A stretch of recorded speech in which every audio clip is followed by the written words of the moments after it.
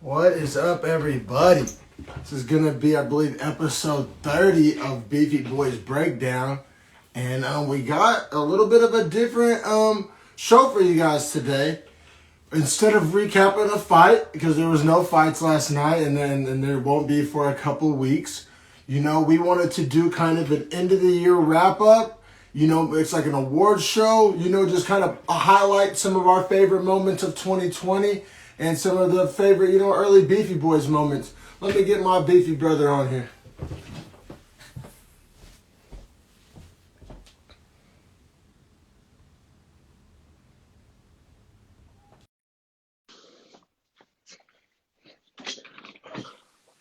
Man, my Howdy, dad. howdy. How's it going, brother? Good, man, good. Merry late Christmas to you and everyone else that's watching or listening from their home. Yeah, definitely. Hope everybody had a good holiday with their family. Looking forward to the new year. I want to take a second. You might notice I'm not wearing a Beefy Boys shirt. This is actually a shirt from Skate Ethiopia. It's kind of hard to see the logo from this distance, but I highly recommend, y'all go check them out, especially people that, support skateboarding or just, support getting kids off the street. They're like Oh, an yeah. organization. They build skate parks in Ethiopia, help provide skate shoes, skate equipment. And, we all know that, like, it's not just as obvious as just skateboarding as in, like, a hobby. Like, we all know that, like, sports can be a way to, get kids off the street, keep kids out of trouble, maybe even, provide opportunities that wouldn't otherwise, exist. And there's a dope documentary on it on YouTube, and I mean, it was so good that like I fucking had to open my cheap ass wallet and get this shirt because like it's just like, it's impossible to watch that and not want to support those kids and support that movement. So yeah, shout out to Skate Ethiopia. The shirt's super comfy. Highly recommend go and support. Feel free to support Beefy Boys and Dreadful Talk as well. But I wanted to just take a second shout out a good cause. Yes, sir. Yes, sir. That sounds like actually a great cause, to be honest with you. Yeah, Uh, really unique mission, and I really fuck with it. But yeah, man, 2020 crazy year in general, but crazy year for fights in a good way. yeah, tremendous. Best for the UFC. Yeah, definitely.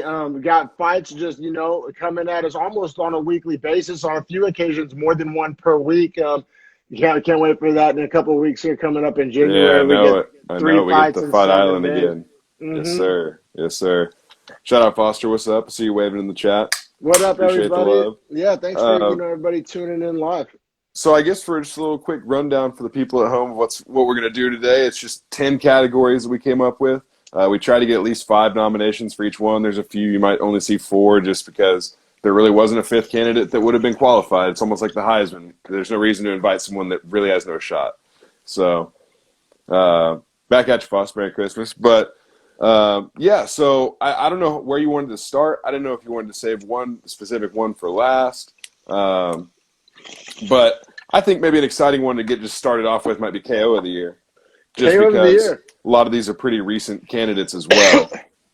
Yeah, brother. I'm definitely down to start off with that one. So we'll introduce the nominees. We have Joaquin Buckley versus Impa Kasanyaneh. The infamous spinning, what was it, a spinning heel kick, I think? Spinning heel kick, yeah. Yeah, Yeah, where he has and a one leg caught already. It was kind of some Mortal Kombat. I mean, I'm sure you guys have seen it on the That coffee was hot, people. Look out. oh man, went down the wrong tube. Holy fucking Ooh, shit. that was Might have tough, just bro. ruined my laptop and my new favorite shirt all in one. That's how you start off a show, everybody. Jesus Christ. I'm all good. You good? Laptop's all good. All right. Shirt, probably not all good, but Hey, bro, we'll get some shout on it. Some Yeah. Tide to go. Damn, Oh, that was man. crazy. Sorry about that. Yeah. So Buckley with the crazy spinning back kick, essentially Mortal Kombat ninja knockout, sent the world into a frenzy. UFC's been calling it greatest knockout maybe ever. I don't know if I'm quite on board with that. The initial hype was huge, but now that I've kind of let it die down, it's amazing, don't get me wrong. But Kasanganai does hold his foot there for a little bit. So, and I'm not going to disparage any of these candidates because they're all great. Next one we have on there is it what order did I put in? Oh, Cody Garbrandt versus Rafael Sunsao. You might remember at the end of UFC 50, I believe that is. They are the co-main event before Nunes and Spencer. That is whenever Garbrandt landed that nasty right hook and just slept a sunset at the instant the horn sounded. Yes. Love that knockout. I love that knockout just because it's so technical and clean. He waits on the fence, baits Sunsao to throw his hook, and then immediately counter hooks him back, and it was lights out. And then we got. Did you already do Holland and Souza? I did not. No. Yeah. So we got Holland and Souza, where Holland is essentially sitting on his rear end and still manages to knock out Souza, essentially sitting from his ass. It was one of my favorites. I didn't give it this category, but it was one that I was, flopping back and forth with, debating on. Me too.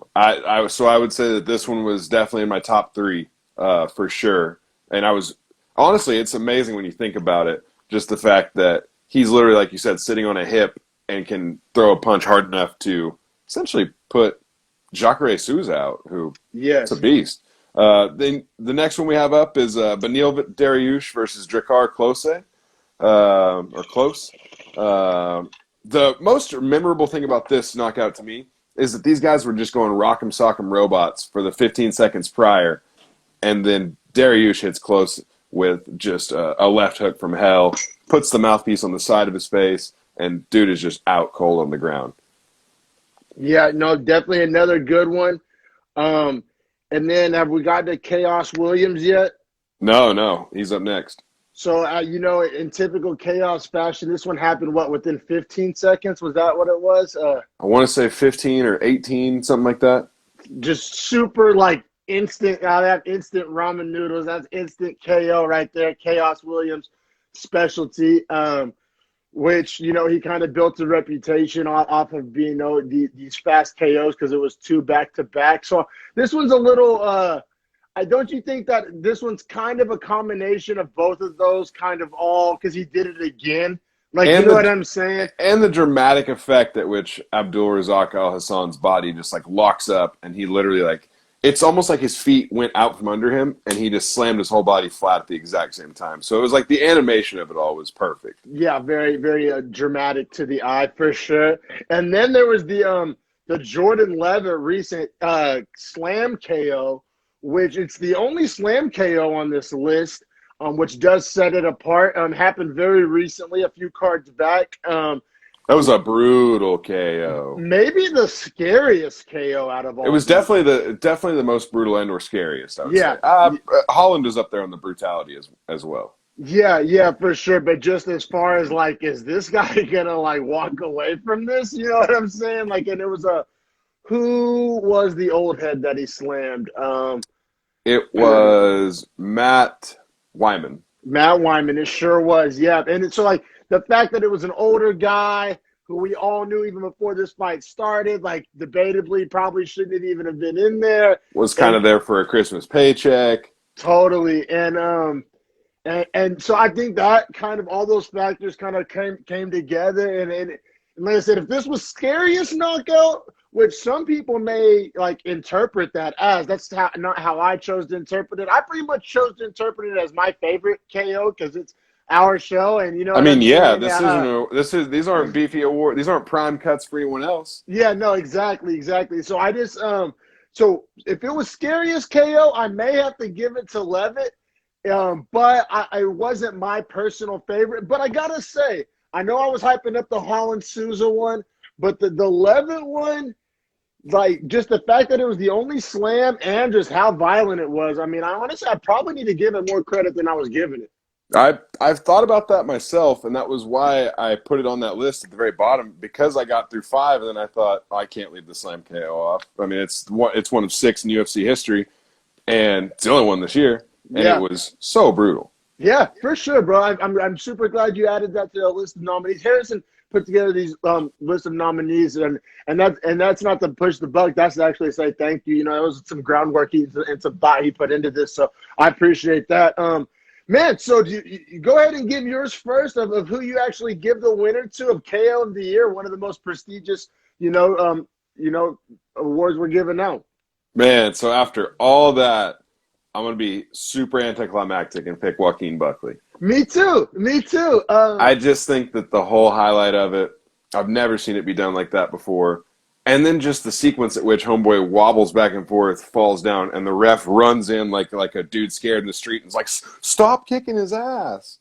It's perfect. And then just, it's 2020, right? About to be 2021. And you can't mention things that happen in life and sports and pop culture without taking into effect the social media impact. Like some people like to, split those and not. But in 2020 and 2021 moving forward, those things are joined at the hip. And this Absolutely. Joaquin Buckley knockout went viral. It took over the internet. I mean, even just traditional sports media, even just traditional media, it's not even sports related. Like everybody was posting this viral highlight, talking about it. Joaquin Buckley, essentially a star. They always say a star was born tonight, but like quite literally that night a star was born. And he took his career seriously. to another level. I totally agree with you. While all those other knockouts were amazing, just nothing defines knockout of the year like the way Buckley essentially made the world stop with his knockout. Like, I mean, especially the fight world. Like I said, all those other ones were very worthy of being nominated. Amazing knockouts. But we had what I like about this, we had a lot of variety. We had kicks, we had punches, we had the weird Kevin Holland punching off the back, we had the slam, we had fast, we had late, we had very beginning of fight, very end of fight. Like it was a very diverse category of knockouts about every which way you can imagine. But yeah, that Buckley Kasanyane knockout it stands out from the pack in my opinion. Actually, you know what? This is one that I actually picked pretty quick. Like when I was going through it, making my picks, I was like, I mean, all these other ones are cool, but I feel like there's a clear cut. I feel like Dariush, Garbrandt, and Chaos are all so similar in the fact that they just are one-shot starches and the guy is just out cold. So it kind of takes away from them being special, the fact that they all three are so similar. But then if you look at like Holland off the back was what was so impressive, and the Levitt slam is obviously amazing. Yeah, so those are my top three. Me too, yeah. So I think Buckley, Holland, and Levitt are my top three KOs with Buckley winning. Yeah, getting the silver and bronze medals on that one for sure, man. I mean, we did KO of the year. I guess the next succession would be submission of the year. Let's do it. You want to introduce the first one? Yeah, man. We had Ariane, Queen of Violence, Lipsky, and this submission is what really gained me as a fan and many others. Yeah. It really kind of launched her onto the scene. I mean, it just built her name quite a bit. It was a very vicious, just gnarly submission. That's what I put. I put it was the gnarliest of the four. Like yeah. Yeah. It was a knee bar, which knee bars are scary. Just in general, as most people know. But and this is the reason why they're scary. Like this was like a knee bar going the way nobody wants a knee bar to go, at least when it's on them.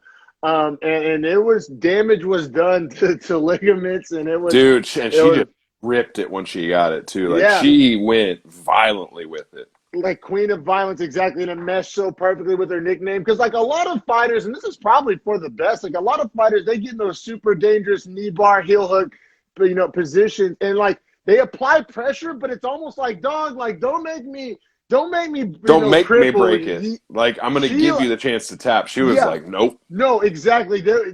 She didn't really give her a chance to tap. It's like she went for it, which is fully like inbounds. I'm not like saying this is like mixed dirty. Martial arts. It's a fight. Yeah. It's just like it's kind of like baseball with the unspoken rules. Like a lot of fighters, especially veteran fighters, or fighters with a lot of respect for each other, they're gonna apply the pressure and kind of be like, you better fucking tap, homie. But nah, there was no pause, no hesitation. Queen of Violence earned her nickname on that one. I said that was my gnarliest submission of the year. I didn't, give it the win, but it was second place for me, and I did have to debate because it was the most violent and the scariest of all the submissions. Yeah, definitely the most violent. Next, I think I will give a shout out to the Oklahoma man, Yeah. Jimmy Flick, Jimmy the Brick Flick, who shout out to you, Dominic. He has had a few interactions with us. Yeah, So on social media, he's pretty. He's good to show love to, and he'll show it back on social media. shout out to Aljo too. Yeah. Shout out to Aljo. He liked one of my comments because like ESPN MMA on the Instagram, they were like, "What fights? Like, what are your dream fights for 2020?" I think they phrased it like Christmas wish list type of thing. It was like a day before Christmas, and you saw a lot of Adesanya Jones on there. You saw a lot of Khabib GSP on there. You saw a lot of Cejudo Figueiredo on there. Like a lot of those big like dream fights. They phrase it as dream fights. But I went a little more like realistic with mine. Just a fight that I've like quite literally been waiting for. I like chomping at the bit for, and it's gonna happen, which makes it that much more like anxious for it. Is the Aljamain Sterling Piotr Jan fight. And so like I said, mine wasn't as like fantastical or epic as maybe some of those other dream fights, but like I don't know, that's like it was one of those things. That's like the answer that came out of my mouth, like whenever the freaking counselor's asking you like a word association. Like I read the question, and the fucking thing that popped to the front of my head was Aljo Jan, and not a lot of other people was saying that, and it was dope. Aljamain Sterling liked my actual shit, so it was dope. Yeah, that is actually super dope. So shout out to Aljo. But back, shout out to Jimmy Flick, who we were also going on about. He hit a flying triangle very recently. Yeah. Also, first fight in the UFC. Also, was not winning the fight when he hit the flying triangle. All three of these other submissions occurred in which that fighter was winning the fight and had a position that they had worked to get into. He worked to get into this position, but not in a way where he was actively winning the fight, if that makes sense. Oh, no, totally. He was getting pieced up on the feet. We'll just keep it real. He was getting pieced up, and I forget if it was the first two. Was it the first whole rounds? First round. Yeah, the first round he was getting pieced up, and then in the second round, he came out with this. I wrote this as my most athletic submission of the ones on the list. Once again, spoiler alert, didn't give it my winner, but I did think if I gave Ariane Lipsky most like scariest, most gnarly, I gave this one like most athletic and like visually impressive like submission of the year. I would agree that it was the most visually impressive. I don't think it was technically the most impressive, which we'll get to. Yes. Because that's how I pick my winner. Essentially, is based on technique. Because I feel like a submission game should be based on the technique that's used and like the ingenuity in which you do it. Okay. I'll let you introduce the Dern one, because out of the three, this is the one I probably like remember the least, and I just want to do it justice. So go ahead and break down this Dern leg lock. So I believe it was against Hannah Cyphers, but the reason that I went ahead and put it on this list was the first leg lock submission in UFC women's history. So I figured as that, it did have a historical place on this list to at least be considered. Granted, I think plenty of other women can hit the leg lock. Jillian Robertson, Ariane Lipsky. There's plenty of girls. Mayra Buena Silva. Plenty of girls, right? But Mackenzie Dern is actually good enough in real time to make it happen. And was the first. So it wasn't. And Mackenzie Dern is known for her grappling, and she puts a lot of work into that. So I'm actually kind of glad that she got it first. I mean, you know what I mean? I'm not mad at it. Right. Yeah, essentially she pulls guard. Gets the sweep into the leg lock and gets the foot caught, starts cranking it, gets the tap. Super straightforward leg lock, super technical. The fact that she took it from the bottom with the sweep and then got into it from pulling guard essentially already. So she had a plan there the whole time. It was well executed. But I would say her level of competition is where I kind of drew away from this being my winner. Now, with that said, that would take me into our fourth candidate and final candidate for sub. I thought there were only four that really were that impressive, right? There were a bunch of subs this year, and I don't want to take away anything from anyone. But an arm triangle when you're in full mount is a little different than any of these four. And Khabib gets a mounted triangle with his legs that he could have taken as an arm bar in a title fight against Justin Gaethje, who is this fantastic wrestler, but he's on top of him. So already, it's like level of competition is A1. Yes, He yes. is beating Justin at what he is supposed to be good at already, which is wrestling or takedown defense, because he's already gotten the position and taken him down. And then to add to it, it's his final fight because he knows in his mind he's going to retire. So he could finish it however he wants. A belt But is on the line. I feel like that. I've always wanted to emphasize when a belt's on the line. I feel like it just ramps absolutely, it up. None of these other ones had a belt on the line. his first fight without his father alive, Yep. without his father being able to watch him or talk to him before, and his mom's wish that it's his last fight in the UFC. And he still has the presence of mind to, rather than go for the armbar, to go for the triangle against Gaethje, because he knows Gaethje's parents are there watching, and he doesn't want them to have to watch their son get his arm potentially broken because he thought Justin was too tough to tap. Yeah, no, that I gave this one submission of the year. I did as well. Yeah, and it's because all those things we just mentioned, like the stakes could not have been higher. But the fact that he didn't have to do it, he took the time to chose to do it, and then almost respectfully, executed. kindly. No, and then proceeded to execute it flawlessly. I thought the Jimmy Flick one was out of desperation. The Mackenzie Dern one, like you said, it was a first, but the level of competition, the stakes, all of that thing, it is what it is. Like I said, Lipsky's was the most violent, but that's not necessarily the spirit of this exact category.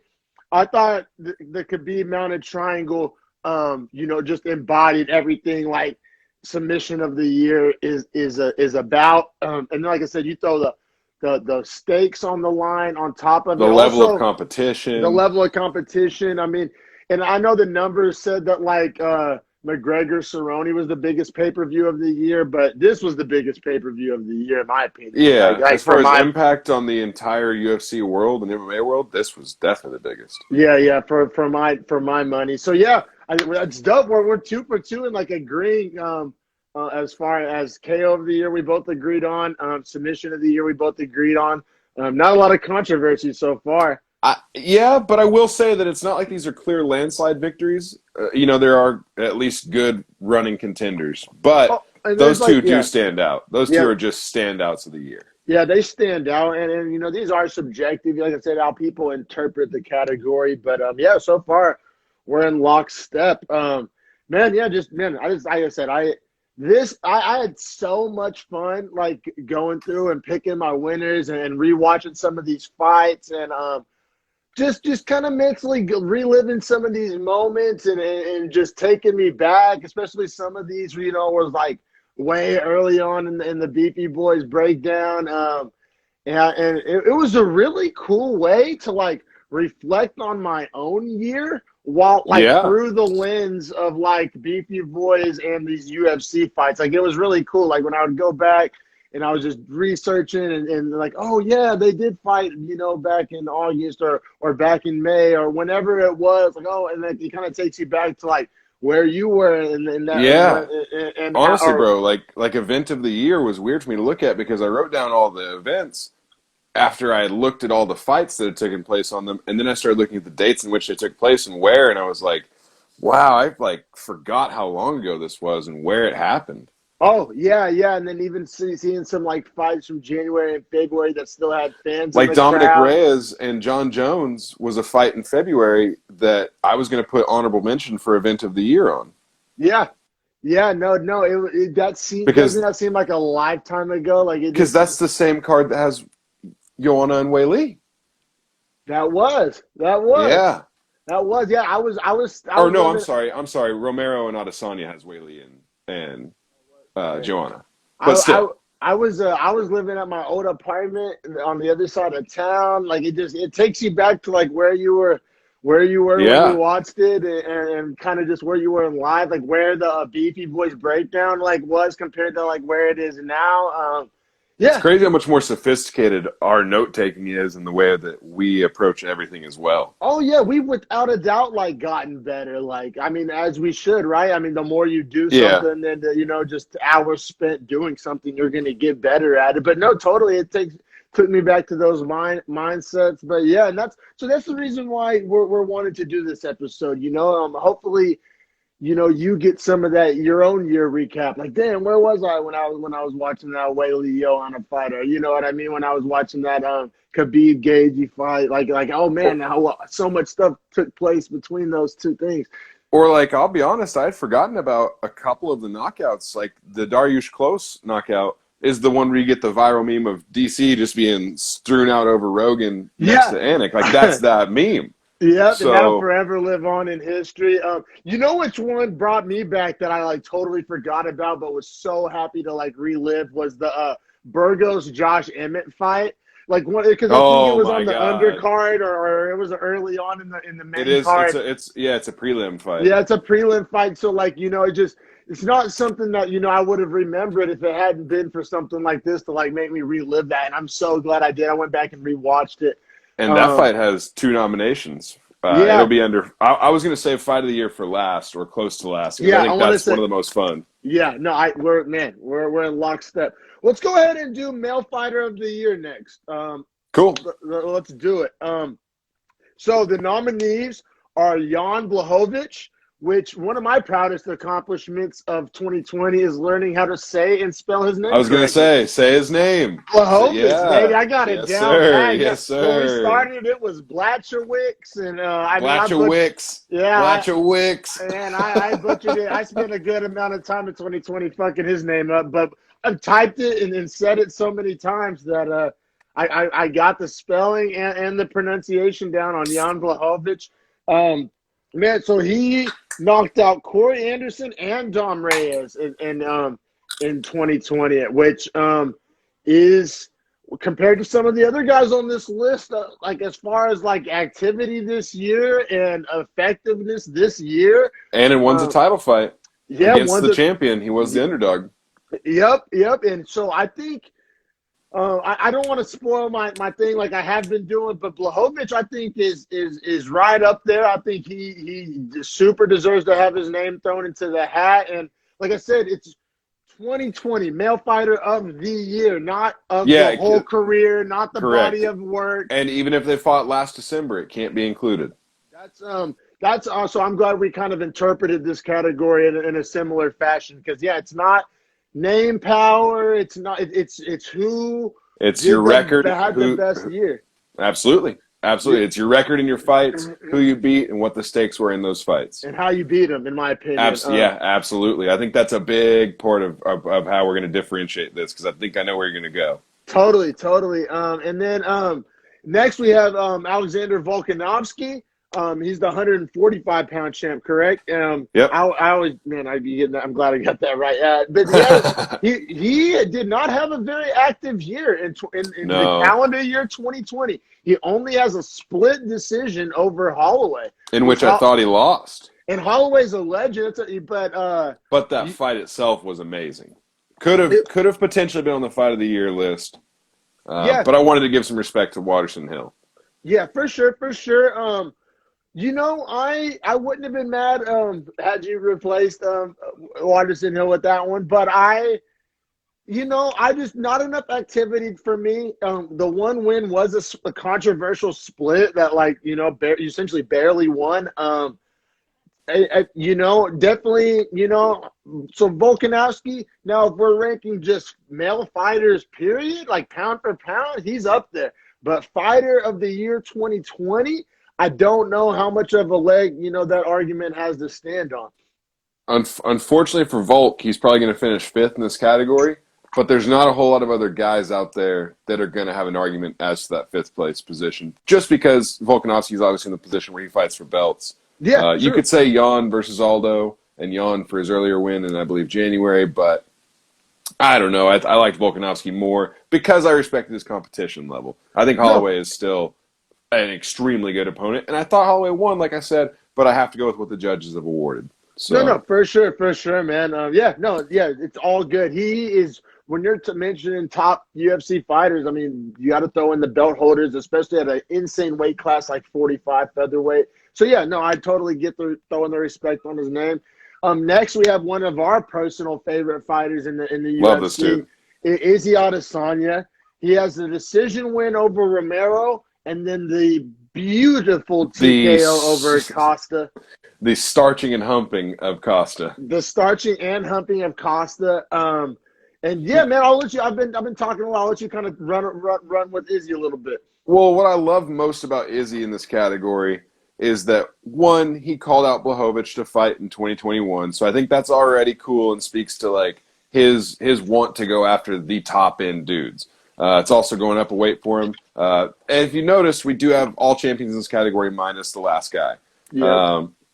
So Izzy this year, the Romero fight's super boring. But like he said in the post-fight interview, what do you guys want me to do about that? He needs to throw punches at me. Like I can't.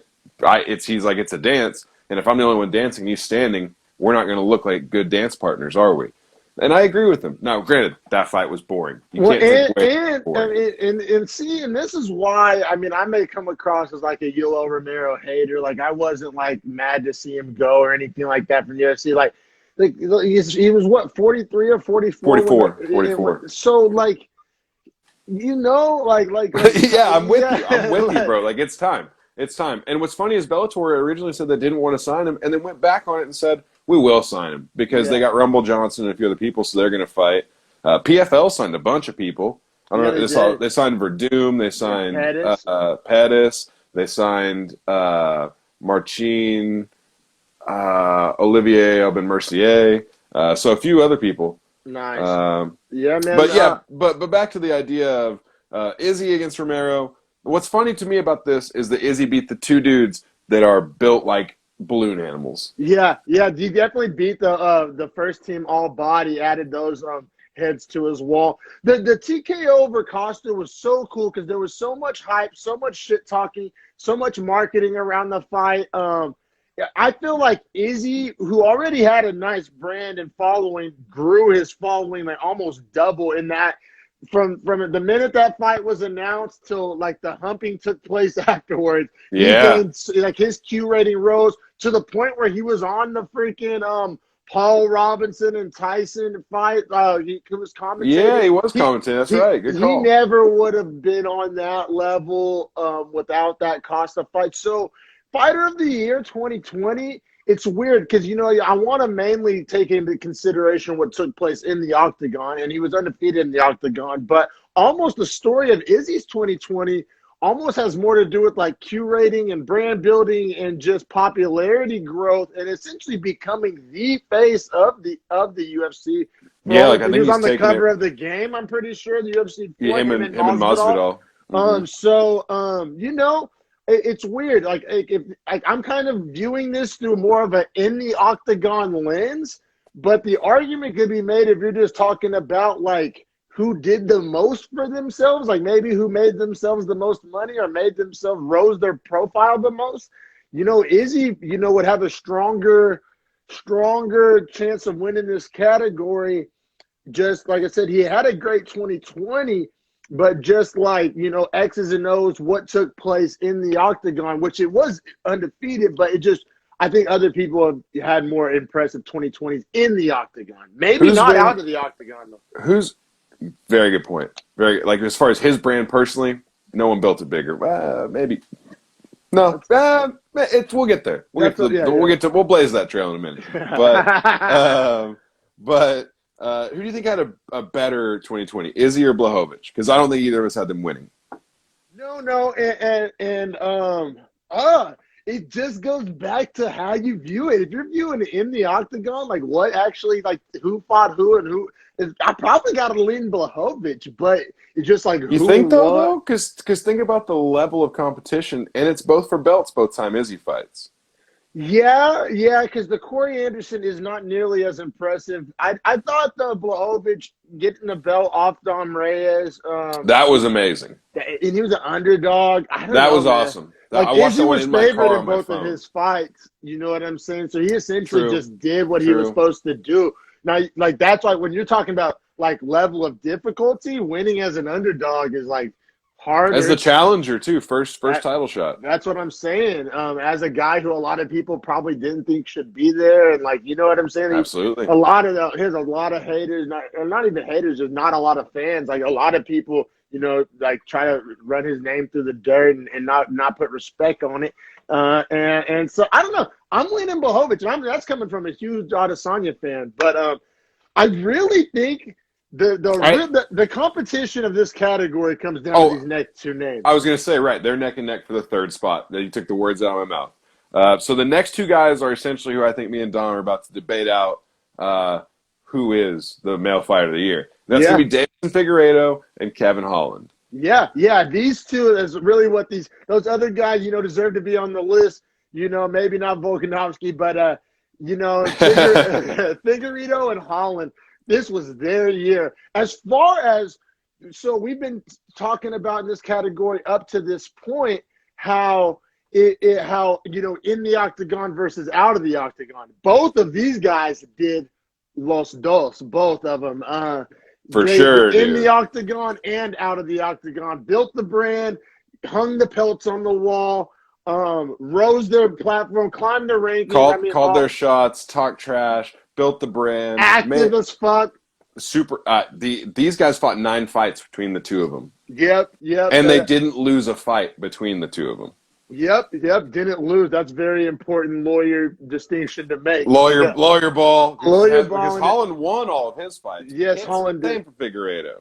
So let's get into it. So Figueiredo, he beat Benavidez twice, finished him twice, and I think that can't be understated. How many rematches go to a decision because both guys know each other's style so well? Dude, and the second finish might have been more brutal than the first. Yes, that's real. And I can't read that. I'm too far away, so let me know. Feel free to shout that out or whatever. Wow, going live doing the bacon shake. I don't know, but we are doing that. Yeah, we are. It all. Maybe there's like a Cleveland Browns game going on right now. Sorry. During the bacon shake.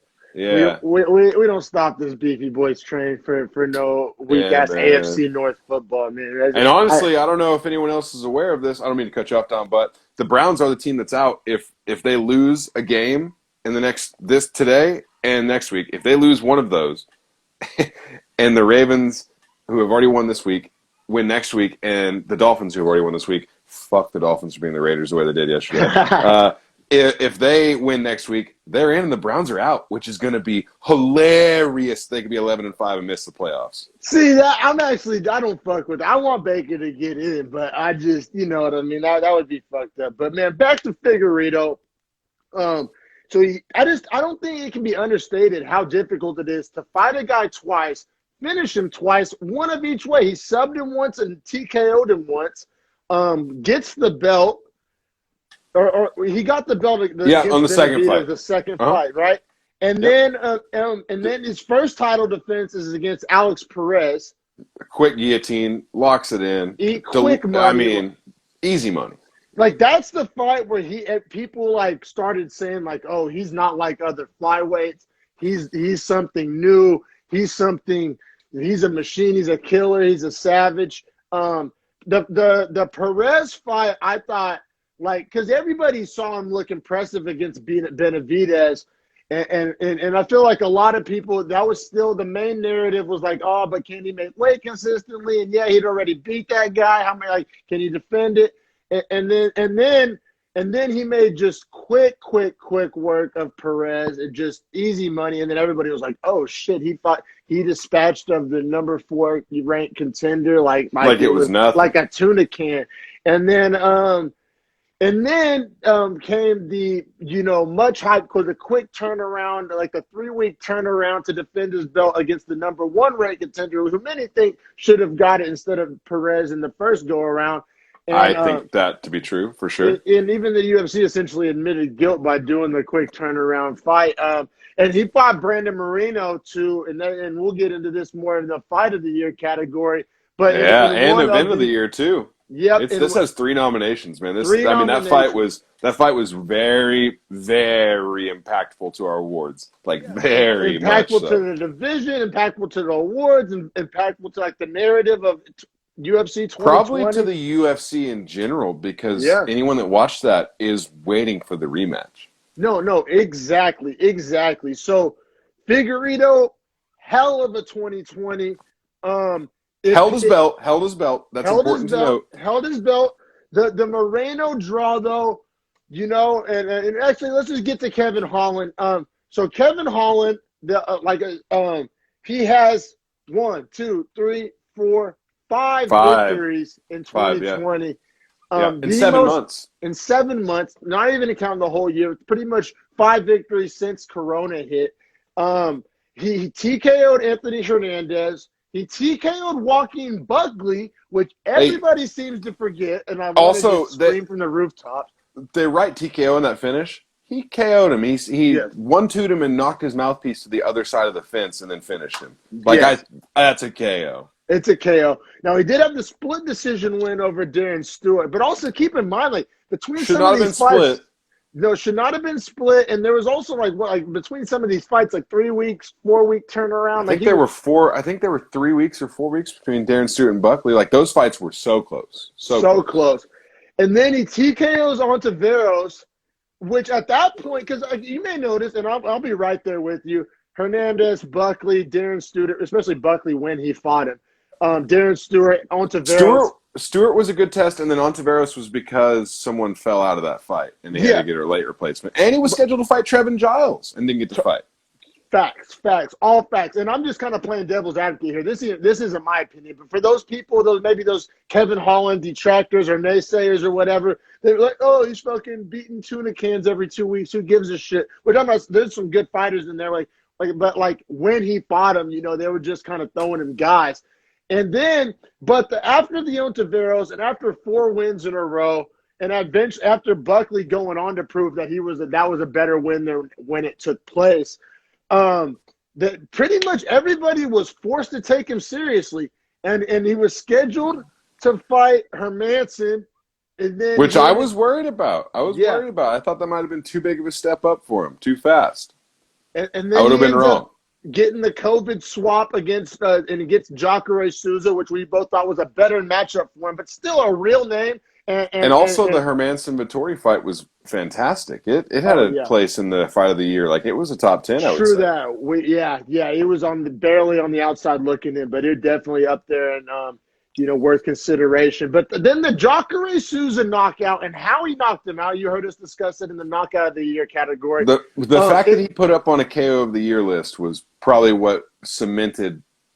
I don't want to give it away, but it made a big difference for me. Yeah, no, and I think the time has come. I think we're in lockstep again. We give this category, I believe, to Kevin Holland, correct? Or did you give it? I do, man. I do. And you know what's crazy is if Figueiredo had won his last fight outright, I would have given it to Figueiredo. Took the words out of my mouth, my guy. Yeah, no, exactly.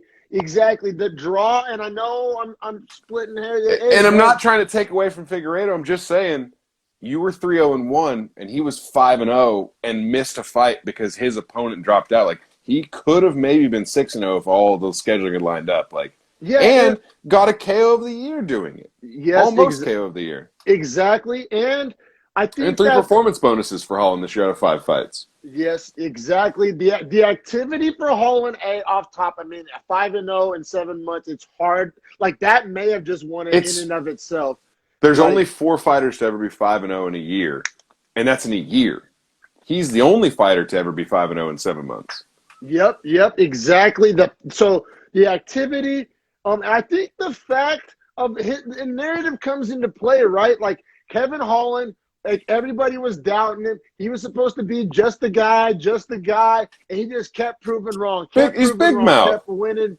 Exactly. Like essentially, the UFC set him up to fail, and he when they win. Yeah, exactly. When he fought Thiago Santos, it was like a lamb to slaughter, and all of a sudden he wasn't a lamb in the octagon. Yes. And Dana White respected him for that. And ever since he's built his way from just a guy that you throw on a prelim to a premier name, a legit middleweight contender.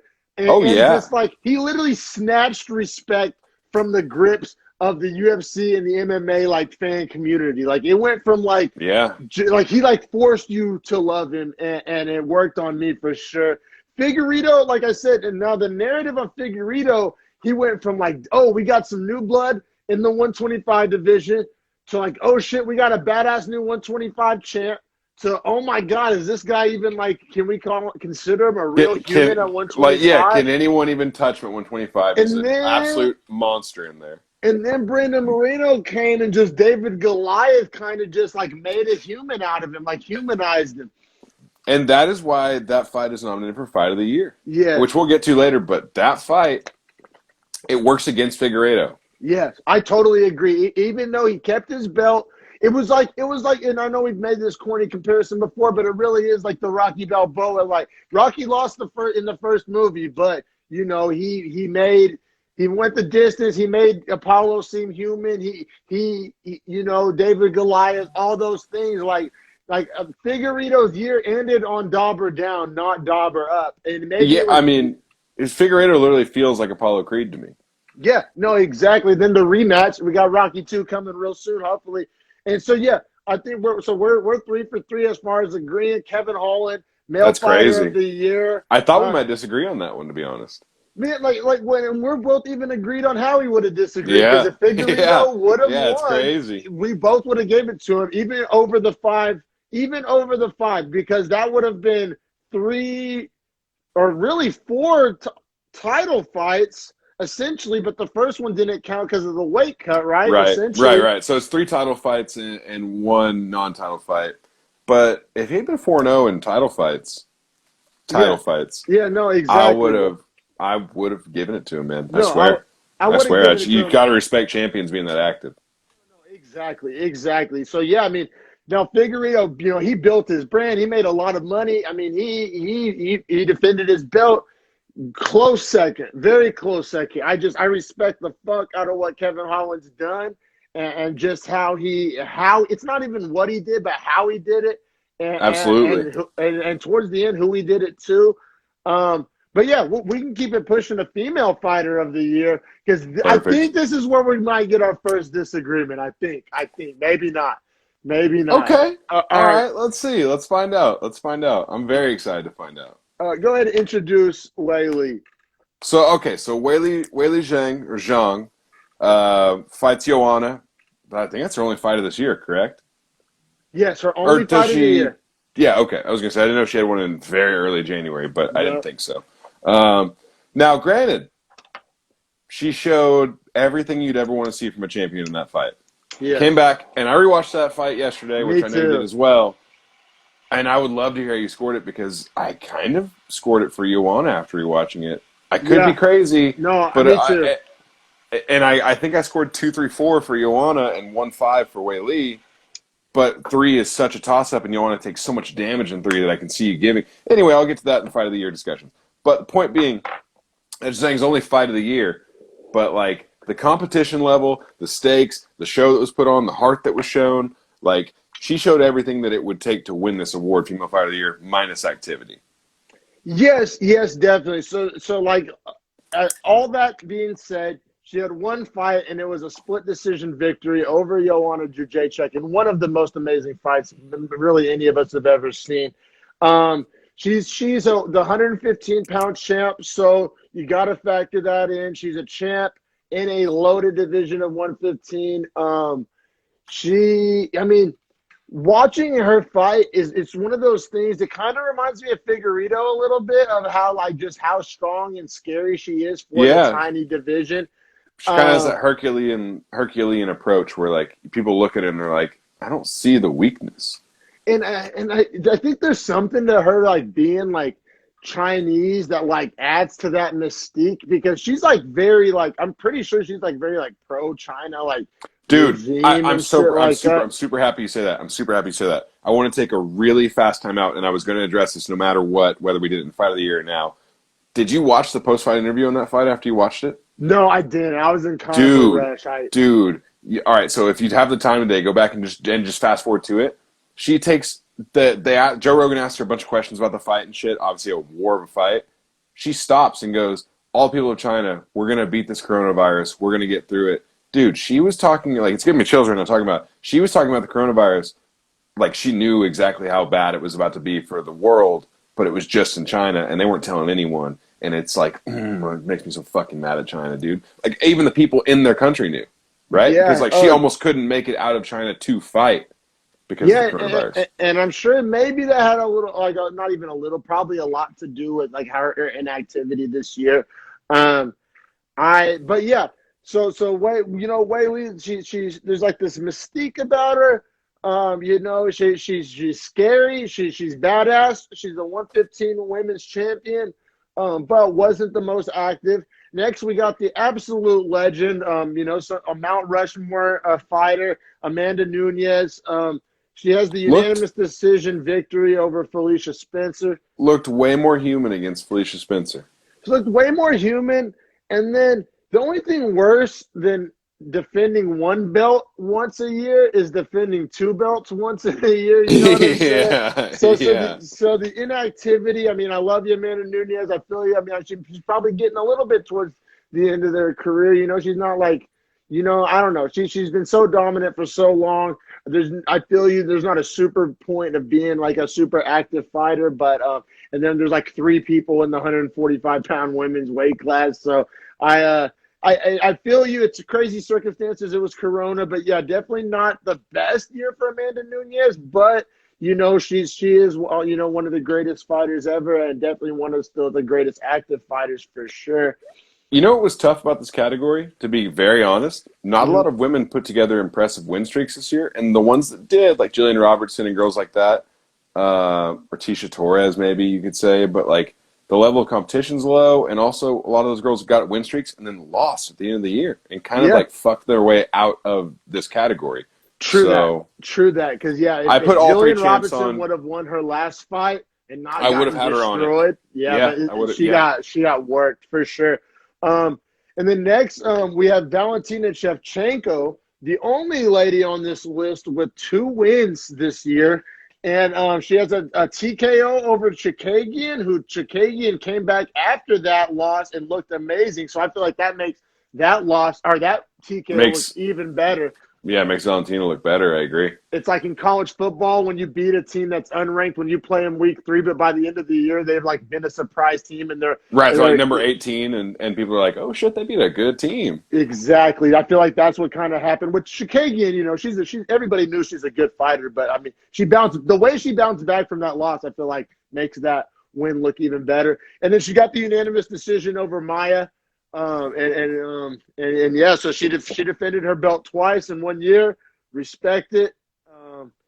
And looked dominant in both fights. Granted, Maya, she lost her round, but I would say in those fights that she only lost 1 round in all those rounds of fighting.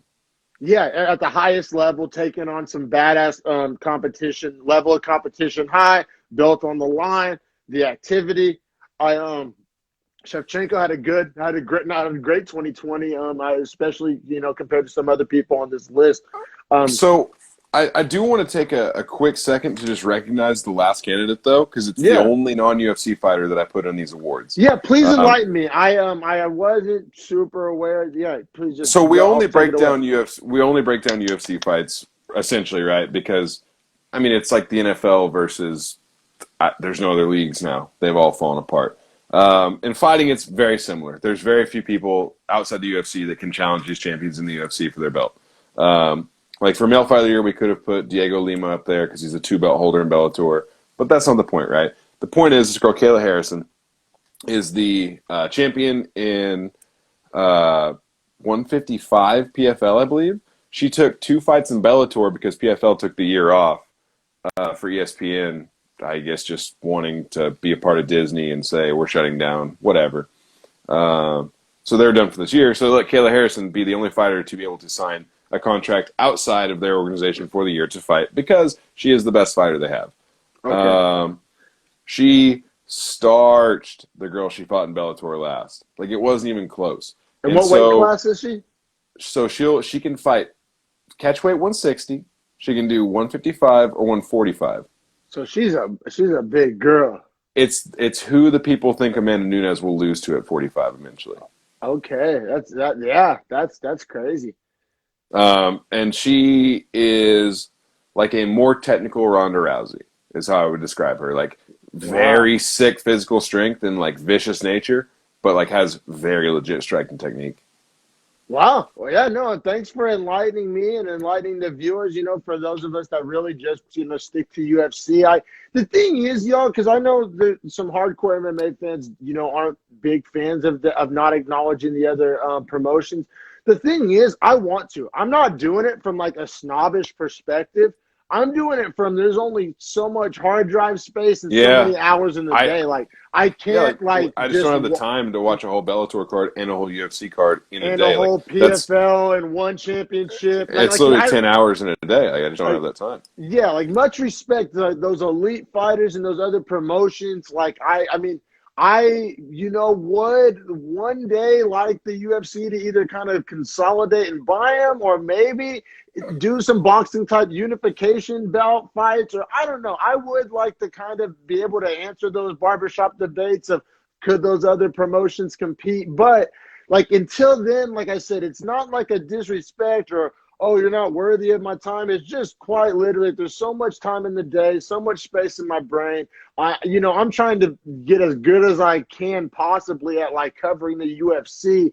So like I'm just dedicating to that. And so, yeah, I know that rubs some fight fans the wrong way when you're kind of dismissive of other organizations, and that's not where we're coming from. Like if it was, maybe one day when the podcast is making more money and we don't got other hustles and jobs, and maybe one day if we can be Ariel Helwani and just do nothing but this all damn day. But until that day comes, we're just doing the best we can of trying to focus on the UFC. But that being said, thank you so much for enlightening us and essentially keeping our eyes on the horizon of what Kayla Harrison, the threat she potentially poses to Nunes moving down the line. Absolutely, dude. And I honestly love PFL's the way their fight league is structured. So the way it works is they have a champion that returns from the previous year, and they are still the champion, of course, right? Then they rank everyone else in the class, 1 through whatever the division holds.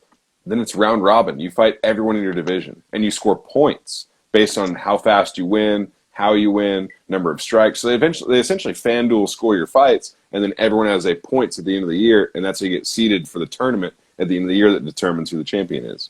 No, the way they do seasons. They do fight seasons. Yeah, they do seasons and weeks exactly. I like that. I like the creativity. I think that's what's eventually gonna separate them from the other promotions like Bellator and One Championship and all that. Like just the fact that it's reimagined, it's something that people can follow. It's something that like traditional sports fans, it'll make more sense to them, like having seasons and leagues and seedings and tournaments. Like it's more like I feel like the traditional sports fans like brain will like transition over better to that.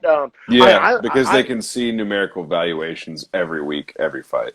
Yeah, no, I like you think that's a really cool idea, and yeah, they're growing fast. I mean, they're signing bigger names that I look forward to, the future of that for sure. But without further ado, who did you give your female fighter of the year 2022? So I gave it to Shevchenko. Me too. Okay, damn. We did hey, there we go. I thought about giving it to Wei Li, but I need her to fight another time, man. You can't fight in March and take 9 months off. And for Nunes, I know it's hard for her to find girls that will even fight her at this point or for fights that she hasn't already won, so I'm not going to hold that against her. But she looked very human against Felicia Spencer, more human than I've ever seen her look. So based on those two things alone, I think Shevchenko had it in the bag by only losing the 1 round to Jennifer Maia. So, and even though Shevchenko didn't, you know what? I think this was a good year to show the UFC is starting to have parity in their women's divisions, which they've lacked for a long time, which that was the problem of the men's divisions for a long time. I think women's MMA is just a couple of years behind men's in UFC. It's growing fast. The level of competition's ramping up. There's some young, ladies nipping at the heels of some of these, older belt holders. The future of women's MMA is bright and exciting. And I'm a huge fan. I'm a huge fan of all the ladies on this list. I'm just wondering about Kayla Harrison. But yeah, no, the activity pretty much won it for Shevchenko. She's also the only, not the only, but like it's hard to see anybody taking that belt from her. We've watched, probably more women's flyweight. Far apart. the flyweight division is the weakest of the women's divisions, and she has separated herself from her competition. She's beat the top couple of girls a couple of times now. I think she's beaten Chikagian twice, and so that's correct.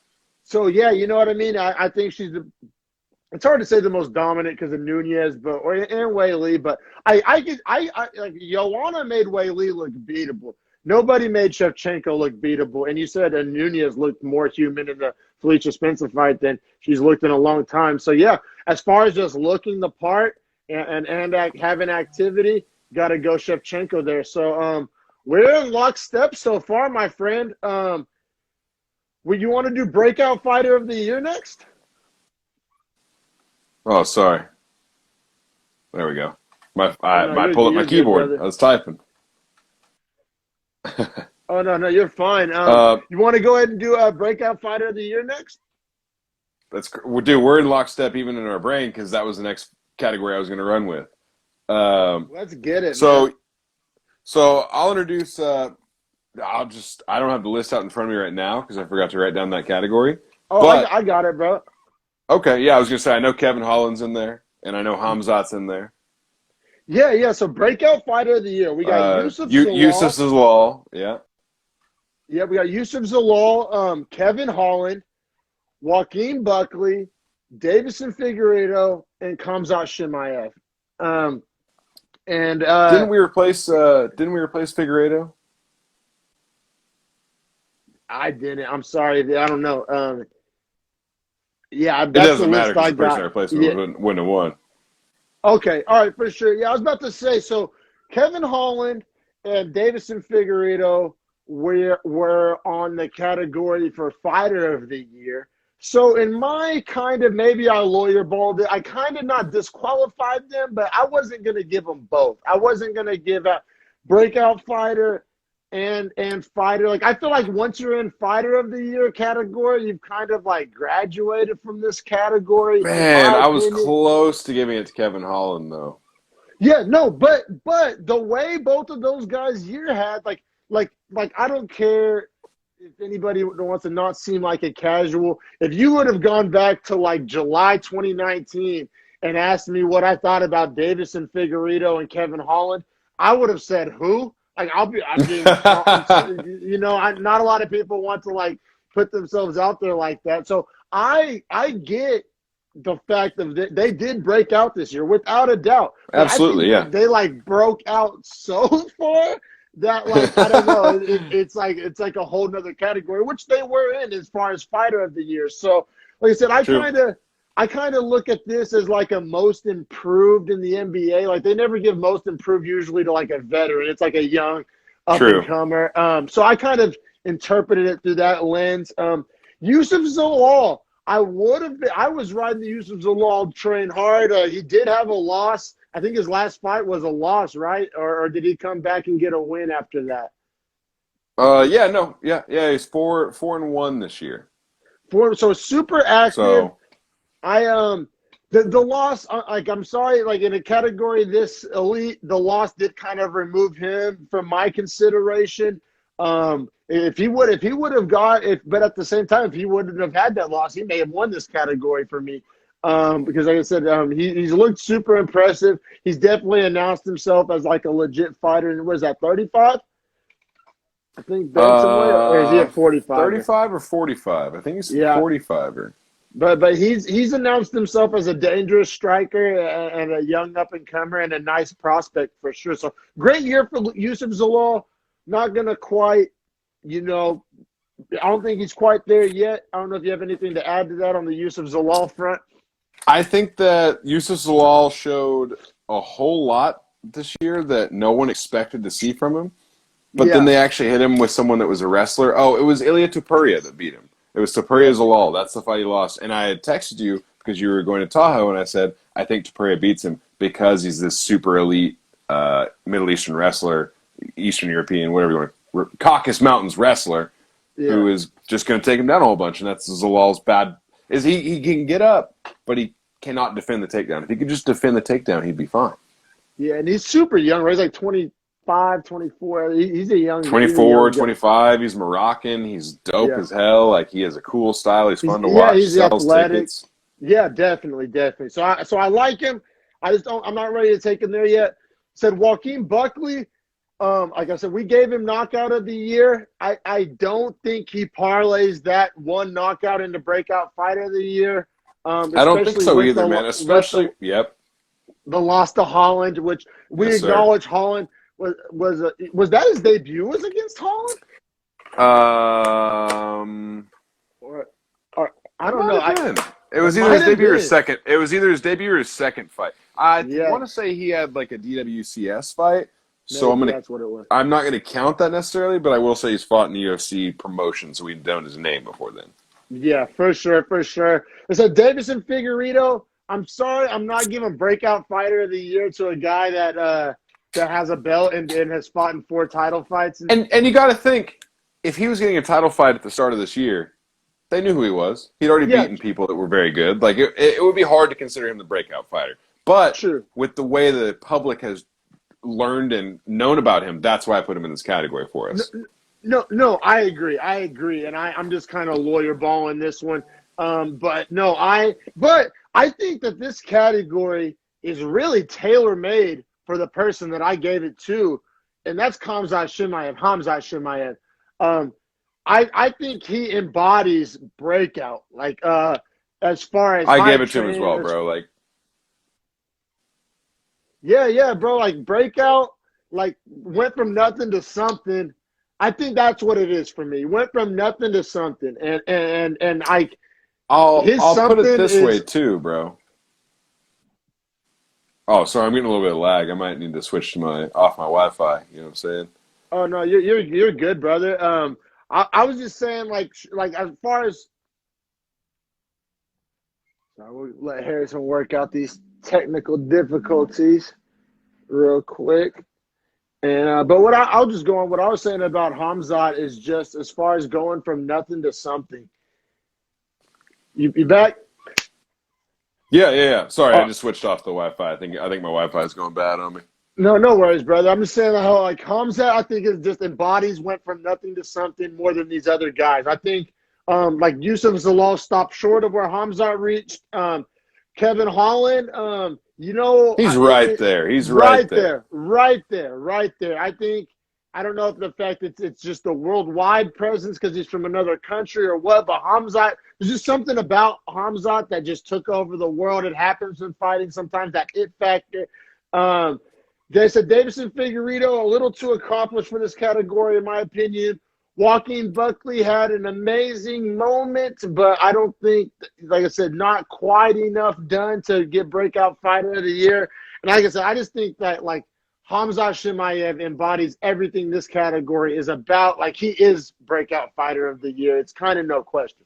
I think a great example of, I agree with you. This is also how I scored it. Although I will say Kevin Hall. This was the category I went back and forth. This or Coach of the Year because Coach of the Year is so fucking hard to know. I don't know what they do. Essentially, I just know their gym's records. But so that's for lack of knowledge. This was for like knowing everything and knowing that Kevin Holland made a bigger name for himself than anyone besides Hamzat.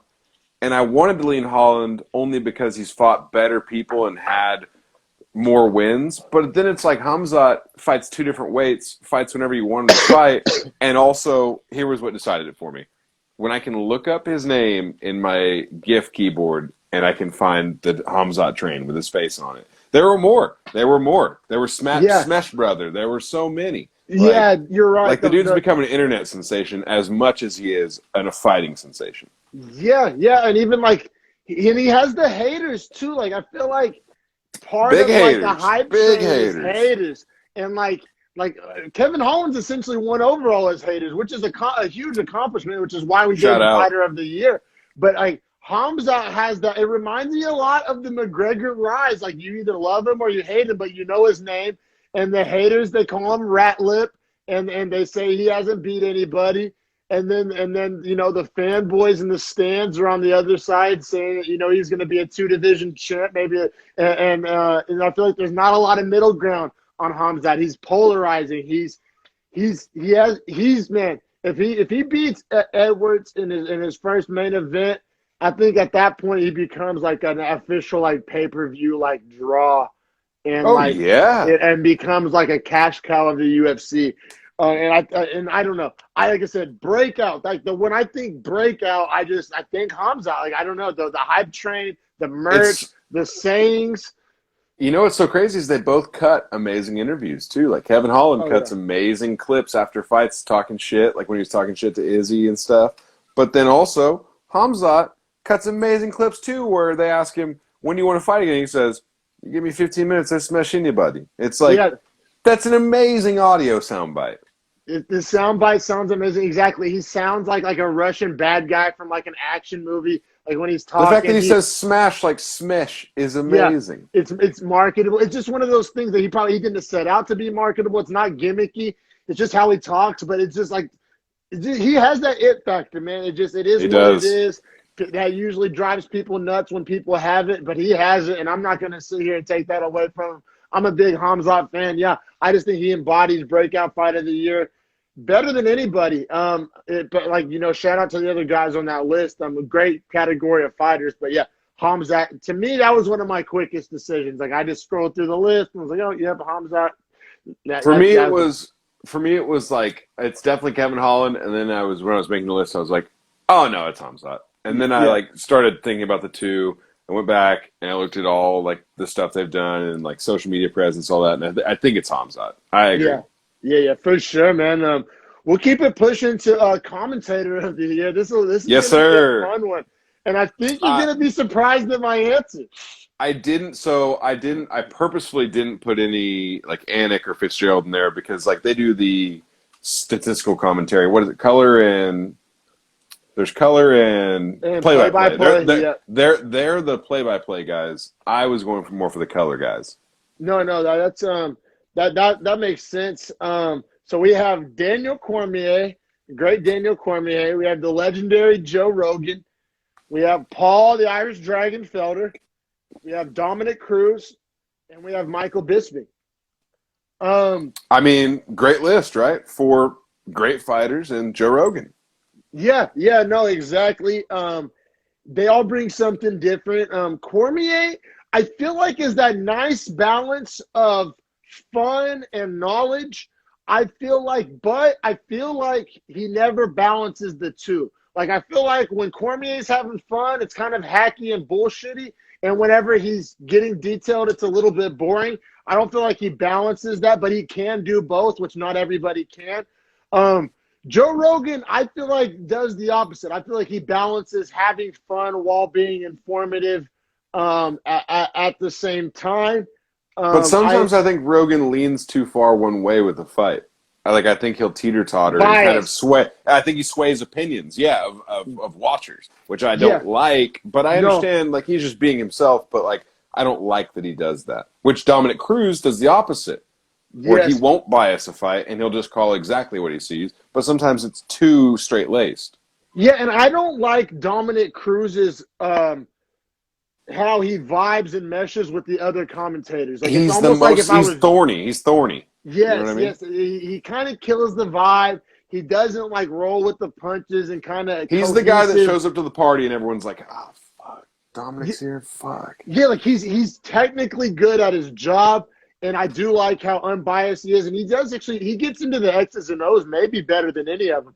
And I would agree. He just has no personality. yes, it's prickly. Yeah, it's thorny. I think that's a great way to put it, and it sometimes throws off the broadcast to me. Man, I actually like Bisping more than I think any other UFC fan. I feel like I know you're not the biggest fan. I'm not a big Bisping fan. On Twitter, I see he rubs people the wrong way. I don't know, bro. I love him on Twitter, a problem with it. I don't have a problem with it. I like him. You know what I think people don't like about him, and I could kind of see this as a flaw, is he kind of tells like a lot of his own glory days stories more than the other guys. It's like I'm sitting there listening to my grandpa tell war stories. I'm like, hey, shut up and talk about the fight. Your eye doesn't even work. You can't even see this fight. Like, come on, bro. but see, as somebody like my brain works in metaphors, I like to like call on like my own experience to like relate to what's going on in front of me. Maybe we both been hitting the head the same amount of times. I don't know. I resonate with Bisping. Now I didn't pick him as my winner, but I seem to like Bisping more than a lot of other UFC fans. And then last, I'll let you introduce Paul Felder, man. What do you think of Felder? Dude, so Paul the Irish Dragon, Paulie Redstash, Paul Felder.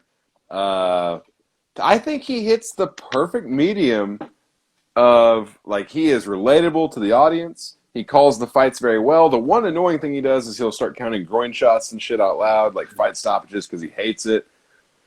But I will say as well, he speaks out against the fighters more than anyone else does too. Whenever like they miss weight and shit, he's like, "You got to make that weight." Like he'll actually be very real about the fight game while he calls the fight. Yeah. For me, man, I'll go ahead and say it. I actually picked Paul Felder to win this category. I picked Paul Felder too. No way. Yeah. Yeah, oh man. my god! Like how you said, he strikes the perfect chord. Like all the little flaws that we've said about these other guys, I feel like he like teeter-totters. He walks that balance. I mean, he's funny at times. He does the X's and O's. I said Dominic Cruz might be the best. I mean, he's right there with him. I love when Felder gets X's and O's.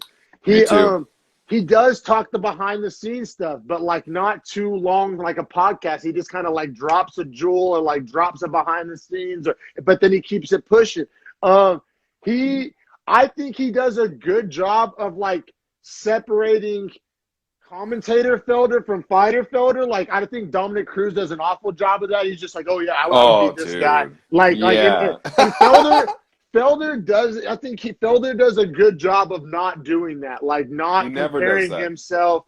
Not he and then he did the whole fight with RDA, which I know that can't really factor into this category, but it sure made me like him a whole lot more. I think it does though, because he did well. Here's why I think it factors in. He did that weight cut on 5 days, right? He got pretty much beat up for 25 minutes, went the whole round, the whole fight. He called the DWCS fights 4 days after that fight on Tuesday night. Sure. I think it does play into it because he's still fighting and doing his job that he's calling, and then showing up to work to commentate when he's recovering. Like it's impressive. No, I agree. That impressed the fuck out of me. And it's cool because he does all of it without being like a corny company man. Like I said, he'll kind of call the UFC on some bullshit from time to time, which you wouldn't expect from a guy that's doing commentary 4 days after a fight and taking. He calls him on the weight cut purse all the time. He tells them that's not enough. He calls other fighters out. Yeah, no, exactly. And that's another thing. A lot of fighters that become commentators either take one of two paths. Either they always like make excuses, aka take the fighter's side always, even when they're wrong, or they're like corny ass company man. Sorry, Daniel Cormier. And they just ride the UFC's dick. Right, which I can't stand, man. Felder really walks that line. I think he just checks every single box, man. I know a lot of people, like, they know how much I love Rogan, and they would have probably thought that I would have picked Rogan. I kind of wanted to based off principle. I'm a huge Joe Rogan fan. I love the podcast. He inspired me. I wanted to as well, but his bias this last year has just been throwing me off, man. Like I don't feel like he calls fights fairly all the time. Like the Mike Rodriguez fight recently was a great example of like him and DC talking about like Mike Rodriguez winning this fight, and I'm like, no, he's fucking not. Like, or when he was absolutely shitting on Chase Hooper, like just like honestly to like an unnecessary like level. I didn't like that either. Rogan is also kind of, I'll put it kind of like how I described DC. Like it's either like, oh, jokey stand up, like honestly kind of not taking the job fully seriously enough, like kind of bullshitting a little bit. Or title fight Rogan, where it's all serious and everything is overweighted. Yes, and no, exactly, man. And it's like he's great. I love having him. I love the star power and everything that he brings to the broadcast. I really do. Like for anyone at home that thinks we're detracting from these guys, all five of the names we said are fantastic commentators, dude. Like I wouldn't say the UFC should get rid of any of those five guys. No, they're all great. Sure. Even Dominic Cruz in his own way, like. is great for different reasons. You know what I Yeah. mean? You know what I think they need to do with Dominic Cruz? I think they need to do like how Peyton Manning does like the details and like how Kobe used to Yeah, before he they passed. do, I bro, think he'll because be like he better doesn't at work well stuff with like that. others. Yes, Hmm. but he's brilliant. Like his fight IQ, like his ability to like put it into words, like he speaks great. It just the vibe, the cohesion of the broadcast, and then like Rogan and DC get too buddy to where it's like this isn't a podcast. Like This isn't like where a DC is lit up over him. yeah, and it's just I don't know, man. I'm super glad we're in lockstep here with the Paul Felder. I think That's I became crazy. I was really such a big surprised. Surprised on me that. too, me too. I thought we were gonna be different. I I thought thought you'd go DC or Rogan, to be honest. I honestly thought you'd go DC. Yeah, no. Wow. Crazy. You know who I was? No, because I wasn't gonna give it to Bisping, but I do like Bisping, like a weird amount. Like I don't know what it is. I had Cruz 5, Bisping 4, probably DC 3, Rogan 2, Felder 1. That's probably my order. I'm not far off from that. Now, next we'll do Coach of the Year. Yeah, I was gonna say Coach would make sense next. Which I kind of want to do like a caveat, kind of like you did earlier. How I'm definitely not an expert in martial arts fighting, but I know way more about martial art and MMA fighting than I do MMA coaching. Like I honestly feel a little bit weird picking this one. So like no disrespect. I honestly, like I'll say it now. Like I feel a little weird. I feel unqualified to like pick this one. However, like I'm also going off of like who they coach and how That's what this award is. It's literally, this award is awarded to what gym was the most successful, essentially. Yeah, So, for sure. definitely that's the way I looked at it too, and that's the way the Coach of the Year is meant to be looked at. Like for Eugene Behrman, he has like Dan Hooker, he has Izzy, he has Kai Kara France, Volkanovsky too, right or no? Volk will train there. I don't think it's his head coach, but we could consider Volk in his camp. Yeah, so he's definitely trained with them at some point in his career. For sure, and does go over there all the time to train with them. So, I don't think it's his home gym, but it's also like he trains there all the time. So, you know what I mean? No, for sure, man. And then we got Eric Albarcene, and I probably said that wrong. And to my knowledge, with my research, he trained Henry Cejudo and Paulo Costa. Yes, those are his top dogs. Yeah, man. And, so not a great year for him, but he has some other guys out there in the Arizona scene that are doing all right. You know. Yeah, and I mean Cejudo retired. I mean it's not like he like got beat, and then Costa did get beat, but I mean is one of the better light heavyweights in the world, and is a freak of nature and a good fighter. So yeah, I mean I definitely don't think it was necessarily the coach's fault. I believe I think Michelle Pajea trains there halftime as well. That's interesting. That's definitely interesting. And then we got Trevor Whitman, who he does the cage side commentary sometimes too, right? Or like not the commentary, but like the coach analysis, corner analysis type of thing. And he's also Elevation Fight Team, so he's Sandhagen. He is Gaethje. He is. I think Thug Rose trains there. Yes. So Rose, a bunch of those. All the Colorado-based fighters are Trevor Whitman. I think Cerrone gets some work there. I think. Yep, because he'll go from his ranch up there and get some work in with just training partners. I think even from what I was reading, I think Stipe stops by from time to time too. Damn, that's crazy. I don't think it's Stipe's home gym, but I think he gets it in over there when he's in the area, I believe. Next we got Javier Mendez, which this is one of the Trevor Whitman and Javier Mendez. And like I said, I don't know like UFC coaching like the back of my hand, but those are two names I actually knew like before doing my research. And Javier out in AKA. Actually right here in San Jose.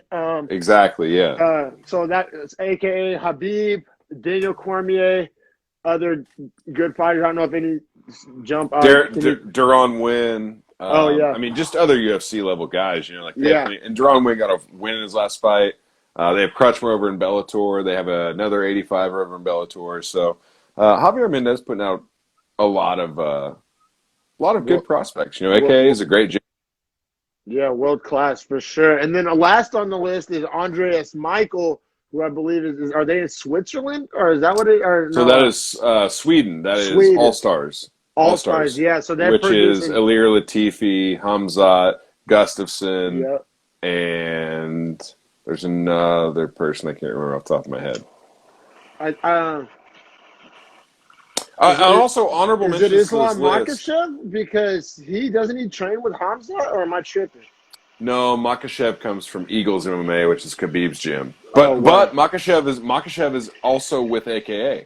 So Eagles MMA and AKA share all the Dagestani fighters. All the Dagestan fighters train at AKA when they come to America, with the exception of Hamzat. Word. Okay. So, yeah. Yeah. It seems like Hamzat kind of distances himself from that. Like, I don't know. Like maybe I'm reading into it. But. He grew up in Sweden. Like, he came from the middle. I don't know what country exactly. And I don't want to like misrepresent him, but he came to Sweden when he was young and like grew up there from like adolescent to teenage to adult years. So like he essentially is more of a Swedish citizen than he is a Middle Eastern citizen. That makes sense, man. So man, I gave it to Javier Mendez for Coach of the Year. I mean, just what Khabib did, what Cormier did, two belt wins. Or no, Cormier lost to Stipe, but Khabib, Cormier. It's hard to argue that. I was pretty close to giving it to Eugene Behrman with the City Kickboxing, or Andreas Michael with Shimaev, and but Gustafsson had a rough year. Latifi's got some wins, but Gustafsson, he's had a rough year. I agree with that. Gagey had the loss. Cerrone had the loss. So, but Whitman also, I love what he did, cage side as part of the broadcast. But Gaethje also had the win against Ferguson. Yes. Yeah, facts. I give it to Javier Mendez. Like I said, this is my least confident. It is what it is. This category was kind of meant to be a toss-up because, like, the coach, let's be realistic, whenever you're in the octagon fighting, a lot of it has to do with the coach, but most of it has to do with the fighter. Yeah, no, I agree, man. For sure, man. I will say, like Israel Adesanya has talked about how he doesn't decide what fights he takes. Eugene decides that for him and for all the fighters he manages, because he is supposed to judge their skill set unequivocally, which is a lot to ask of your coach. Yeah. With this award, I actually went to Andreas Michael at All Stars for Ilir Latifi and Hamzat. Yeah. And just the way that apparently that gym is coming up. From some of the stories Dana's talked about, they have some killers in that gym that are coming up, and he's going to put in the UFC soon.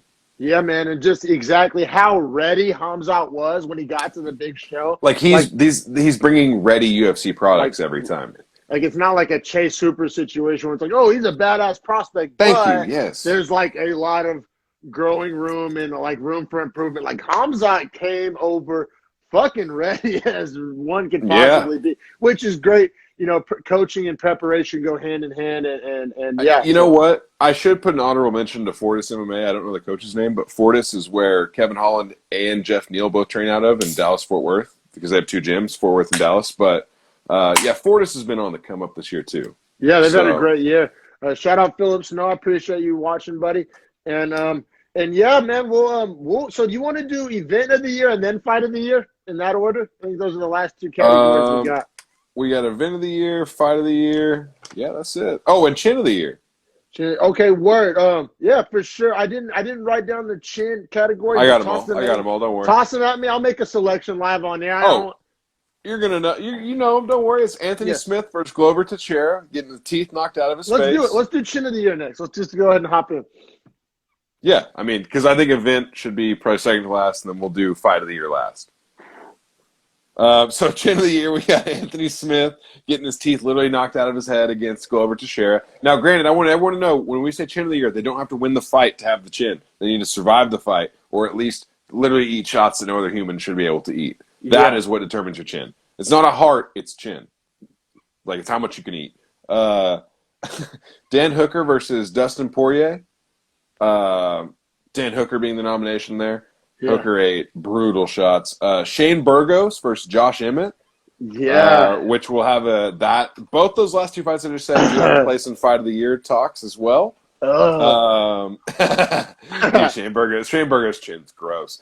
Sarah Alpar, which if anyone can remember her face, that poor girl 3 weeks before her wedding, and Heli Alatang, who ate the nastiest amount of body kicks either me or Dominic have ever seen he's in a the fight. guy that fought Fazeev. He's the dude that got body kicked literally 70 times, and then So Chin, aka Ribs, I feel you. We can lump that in because that was nuts. Like the fact that he didn't drop.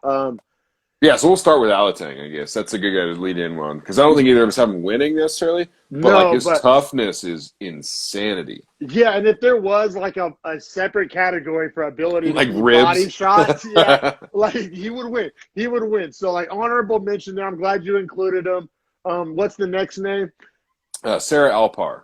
Sarah Alpar. So if we were like interpreting Chin as like not so much like impact Chin, but just like slice Chin, like blood. Just ability to keep fighting through like inordinate amounts of damage. Yeah, damage. Exactly. Because see, some may interpret Chin as like you can get hit and the damage doesn't like show up. And like then, kind of a Nate Diaz without the cuts.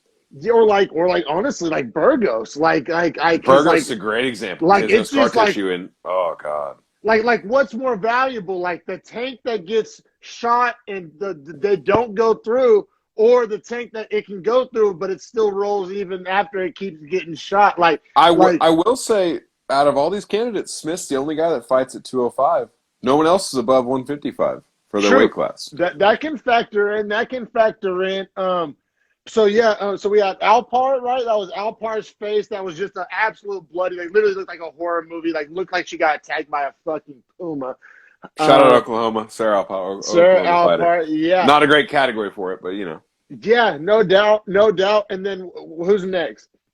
You got Anthony Smith versus Glover Teixeira is up there. He says the largest man, and he literally had teeth falling out of his face and kept fighting, which.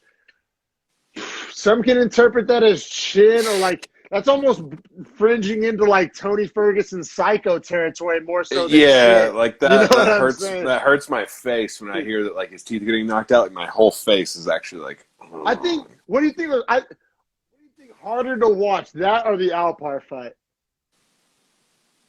Oh, dude. I think that for me personally, because I've had dental injuries before, so I could like relate. Like I could like if you've seen something done that's happened to you, like it like hits differently. So I think I'm gonna lean Anthony Smith just as far as like tough to watch, and like but I also remember I was eating red meat during the Alpar fight, and I kind of had to like stop like.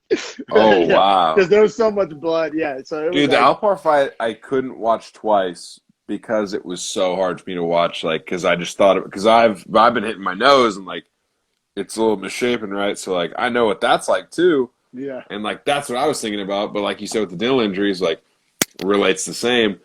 I will say for Anthony Smith, he has like the nicest pair of veneers I've ever seen. So like clearly he like recovered from that just fine. Yeah. But fuck, dude, I don't know between those two. And then Dan Hooker is up there, and Shane Burgos. Yeah. So Dan Hooker, that fight, I love. Bro, he got his head knocked off his shoulder so many times, but just stood there like a fucking zombie. He did. He kept coming. But he also threw back. Like I thought he fought the best fight back of all five of these people. No, exactly. And then Burgos. See, now Burgos is like the tank I was describing. It's like he was the damage like quite literally wasn't like appearing. He was eating piss missiles, as I like to say. And Josh Emmett's power was insane in that fight. And it was crazy because like he wasn't like cut like it like didn't like he could have gone to a photo shoot after a war. Like it was crazy the how like. And one of the rounds was 10-8 that he ate so many shots. So it's like there's two ways to interpret this category of Chin of the Year. There's the Alpar Anthony Smith like fighting through damage and pain, or just like a weird otherworldly like you're made out of vibranium and damage doesn't appear to you. That's more the direction I went with it. I'm going, and this is live on the air. I didn't do previous research. The only category that we're doing this way on the spot, I'm going Burgos. I went Burgos as well. Oh my God. And I watched Ollie's back. You know why? It's because Burgos can eat that shot, and then he does the Nate Diaz thing where he's like, you know that shot like literally fucked his brain up, but he looks up and he's like, throw him, and he like brings his hands up, and you're like, what is wrong with you? Like Yeah, it he crosses into like wasn't psychopath dropping. level. He wasn't cutting.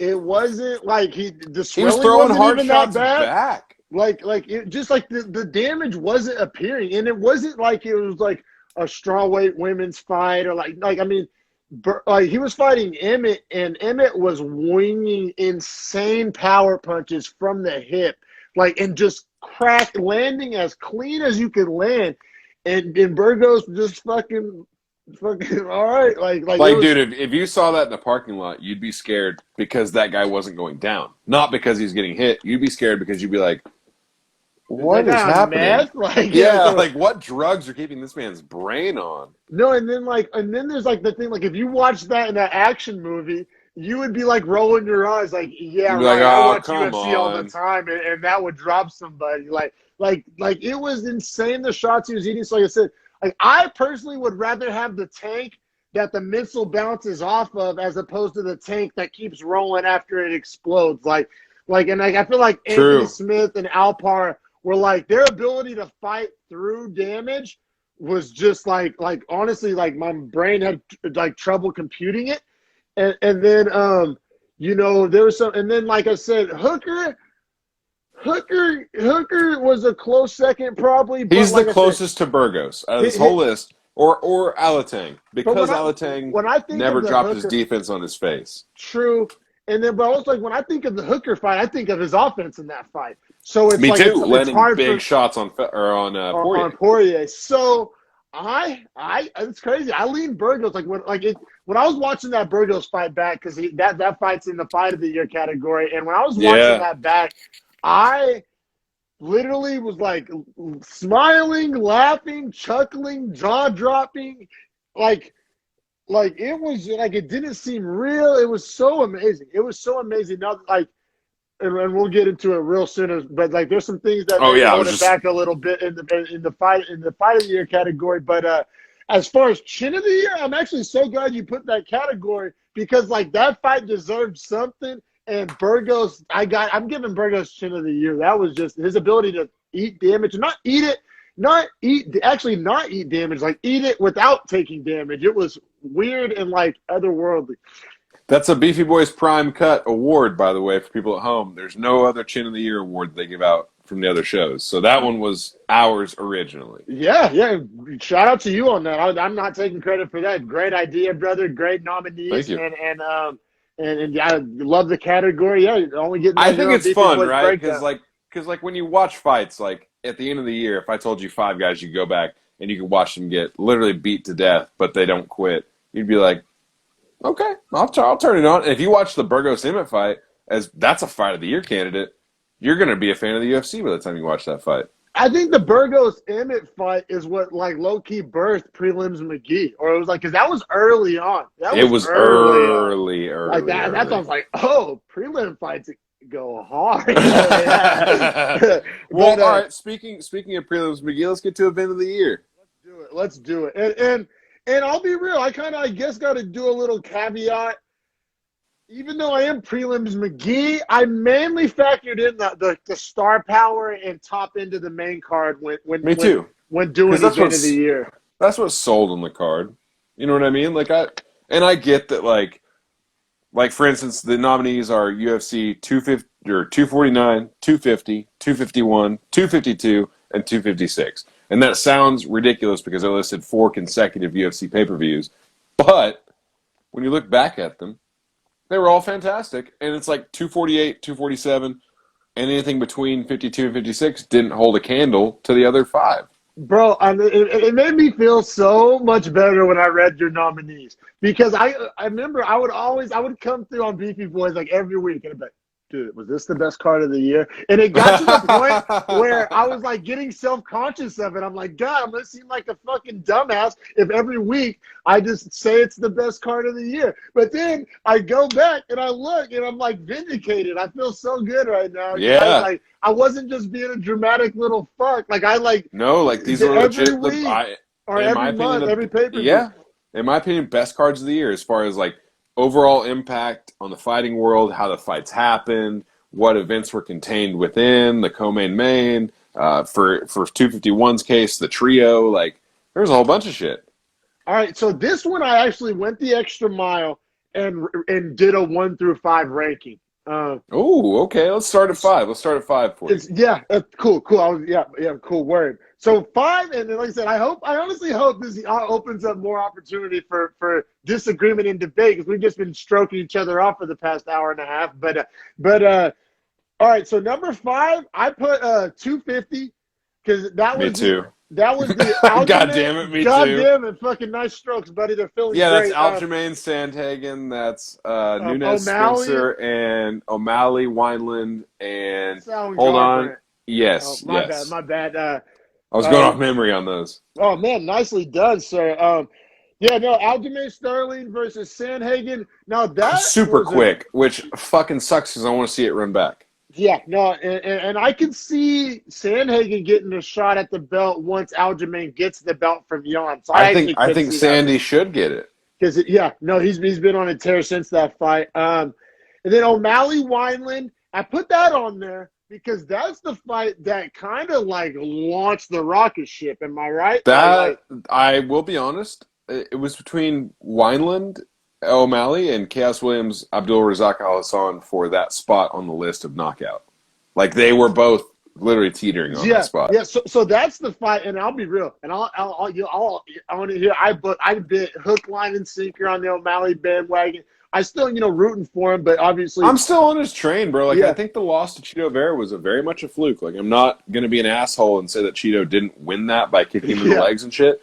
But I'm going to also say that I think O'Malley has the technical skill set to actually make that a fight where they go to decision, and O'Malley could win that decision every day of the week. Yeah. Like, if they fight 10 times, that doesn't happen again. Never, right. Yeah. Like, I think that was the 1 in 10, so I'm not going to hold that necessarily too hardly. Now, the way he's acting on Instagram, that's what I'm holding against him. It's making, that's what's losing me off the train. But anyway, so I people may say O'Malley Wineland, like why even put a low-level fight like that on the list? That fight like essentially birthed the star. And then a Sunsao Garbrandt, Garbrandt's a big name. Sunsao's a well-known fighter. And it was up for KO of the year. Yeah, true that. So it was a banger. And then Nunes Spencer. Anytime Nunes fights, it's worth noting. Like you said, that was one of her least dominant performances, but it's definitely worth on the list. So this fight or this card, that ranked 5th for me as far as last place, but last place is still 5th place as far as the card of the year. And then I'm excited to hear number 4. Yeah, number 4, I put 252. Really? Yeah, because I had that at 3, so that makes sense. Okay, yeah, just so mainly because of the O'Malley Vera fight, and I'd be lying if I said I didn't want to see O'Malley win. But even from an objective standpoint, it was so fluky and weird that I don't care who you are, how much you hate O'Malley, or how much you wanted Vera to win. You didn't come out of that feeling like dope, like I got my money's worth, like that was like a cool fight, like that fight took like the wind out of the sails of like the whole night, and it's not just because O'Malley lost; it's how he lost. Dude, that heavyweight fight was so good after it. Oh no, I agree. Those are the only 2 fights I even wrote down. Like, was there another fight even worth talking about on that card that I didn't write down? So that's it. That's why I put it 4th. That's why I put it 4th because I love Stipe Cormier. That was also on my wedding night.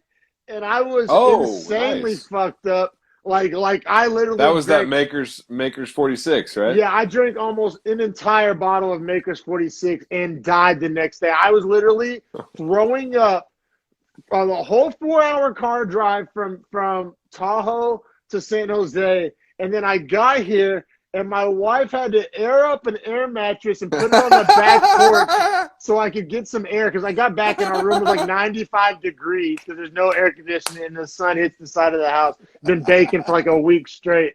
And I've been puking for 4 hours. I literally woke up. It was like dark outside. This is August, so it gets dark at like 9. And I woke up on like an air mattress with like a rag on my head and like So I was insanely lit. Dude, shout out to Nina for being the realest wife. Yeah, definitely that, like, on my wedding night. What an asshole, right? But but yeah, so side story there. But yeah, just that card didn't deliver. I remember distinctly being like, damn, not super stoked I spent like $80 on that. Like, you know what I'm saying? So I woke up like hungover and like my money out of my account and didn't enjoy the fights. And so yeah, that whole card just leaves a bad taste in my mouth. Quite literally. So yeah, man, who did you have for? Okay, so at 4, I actually had Ferguson Gaethje, but after talking about it, I'm probably okay with putting Ferguson Gaethje at 3. Okay. Is that what you had at 3? No, I actually had Ferguson Gaethje. Spoiler alert at 2. So you had wait. All right, just keep going on your list because we might not have the same winner on this. That's gonna be crazy. No, all right. So on 3rd, I had UFC 251, which was, I believe, that's your 3rd. Yeah, mainly because, bro, and you remember how pissed I was after this card. I hated Usman Masvidal fight like so much. I know that was the foot stomp fight. That was the foot stomp McGee card. But it's Holloway Volkanovsky, and it's also Aldo Jan. Yeah, so that's the fight that Jan won the belt from Aldo in the interim fight, right? Correct or yes. No? So yeah. I thought, and that's opinions kind of changed since then. Not really, but in that moment, that fight just made me feel like bad for Aldo. Like I just thought he was like washed, and they was in there for name only, and like it was a weak interim champ fight. I feel you. Like I don't know. That fight didn't do it for me the way it maybe did it for some other people. Like I didn't think at that point.